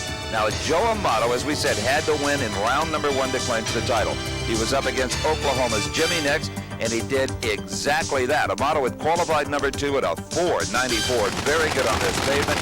Nix was the 15th qualifier. This was it for Joe Amato in his Valvoline Special. Beat Nix, count the money. No problem. A 4.95 did it. Great job. That was unbelievable, Steve. You know, the pressure all year has been crazy. You know, it's been an up and down year, and we come through. My crew came through, and for Team Valvoline to win 2 championships like this here, I mean, they just did such a good job. I mean, we had a lot of pressure and a lot of mailocks in our pit for the last month, but what can I say? 4 times I put this on a special pedestal in the world. And you did it in style with a 4.95. You broke his back. If we're going to do it, we might as well do it and go out being on the top of the shelf. Now we'd like to win the race. That'll be the icing on the cake. Well, this was the day that the icing melted and ran off the cake for Joe Amato. The car would not start in his second round race against Corey McLenathan. But bear in mind, Joe Amato, the only 4-time Winston champ. What in the world has happened? Well, we've had this problem 3 separate times at this race. It's not pulling the fuel up. Somewhere in the intake line, we have an air leak and it's stuck in air. Well, I'm sure it seemed to everybody that this was anticlimactic. Amato was out, crowned the champion. All Corey Mack had to do was make a single. Well, it broke right up the starting line. The blower popped. A simple single run, right? Only Corey Mack knew that he was sitting in a runaway. He started waving in case any of the emergency trucks might come out on the track.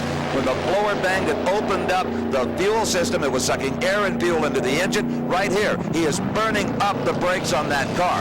Instead of losing speed, he is picking up speed. What to do? What any train driver will do at Pomona. Take it into the emergency sand trap and into the net. With disastrous results to the car, the fuel tank flying out, exploding. You see it on the left. The good news, Corey Mack was okay. What an incredible job by Corey McLenathan. He had the opportunity to take a left-hand turn, but as the car had neared that sand trap at the end of the racetrack at Pomona, it actually began to pick up speed. McLenathan got out of the car under his own power. Watch closely. You can see a very slight flash right there when the supercharger let go. That in turn stuck the throttle open and carried McLenathan all the way down to the end, building up speed across the sand until it ran into the catch net at the end. A huge rope affair off of an aircraft carrier used here to stop a runaway race car. Well, Corey, you knew you had a runaway car before any of us did. Yeah, I mean, something in that case, I didn't know what to do. I couldn't unstick the throttle. I pulled the parachutes. I did everything that they give us for safety-wise to stop the car, other than using my feet. You know, I didn't know. There wasn't a dang thing I could do. I didn't want to go through the parking lot. It might hurt somebody else. I had to do what they make these things for, drive right through the sand. You did a fine job. Thank you very much. Corey McLenathan uninjured, but we can't say the same for his race car.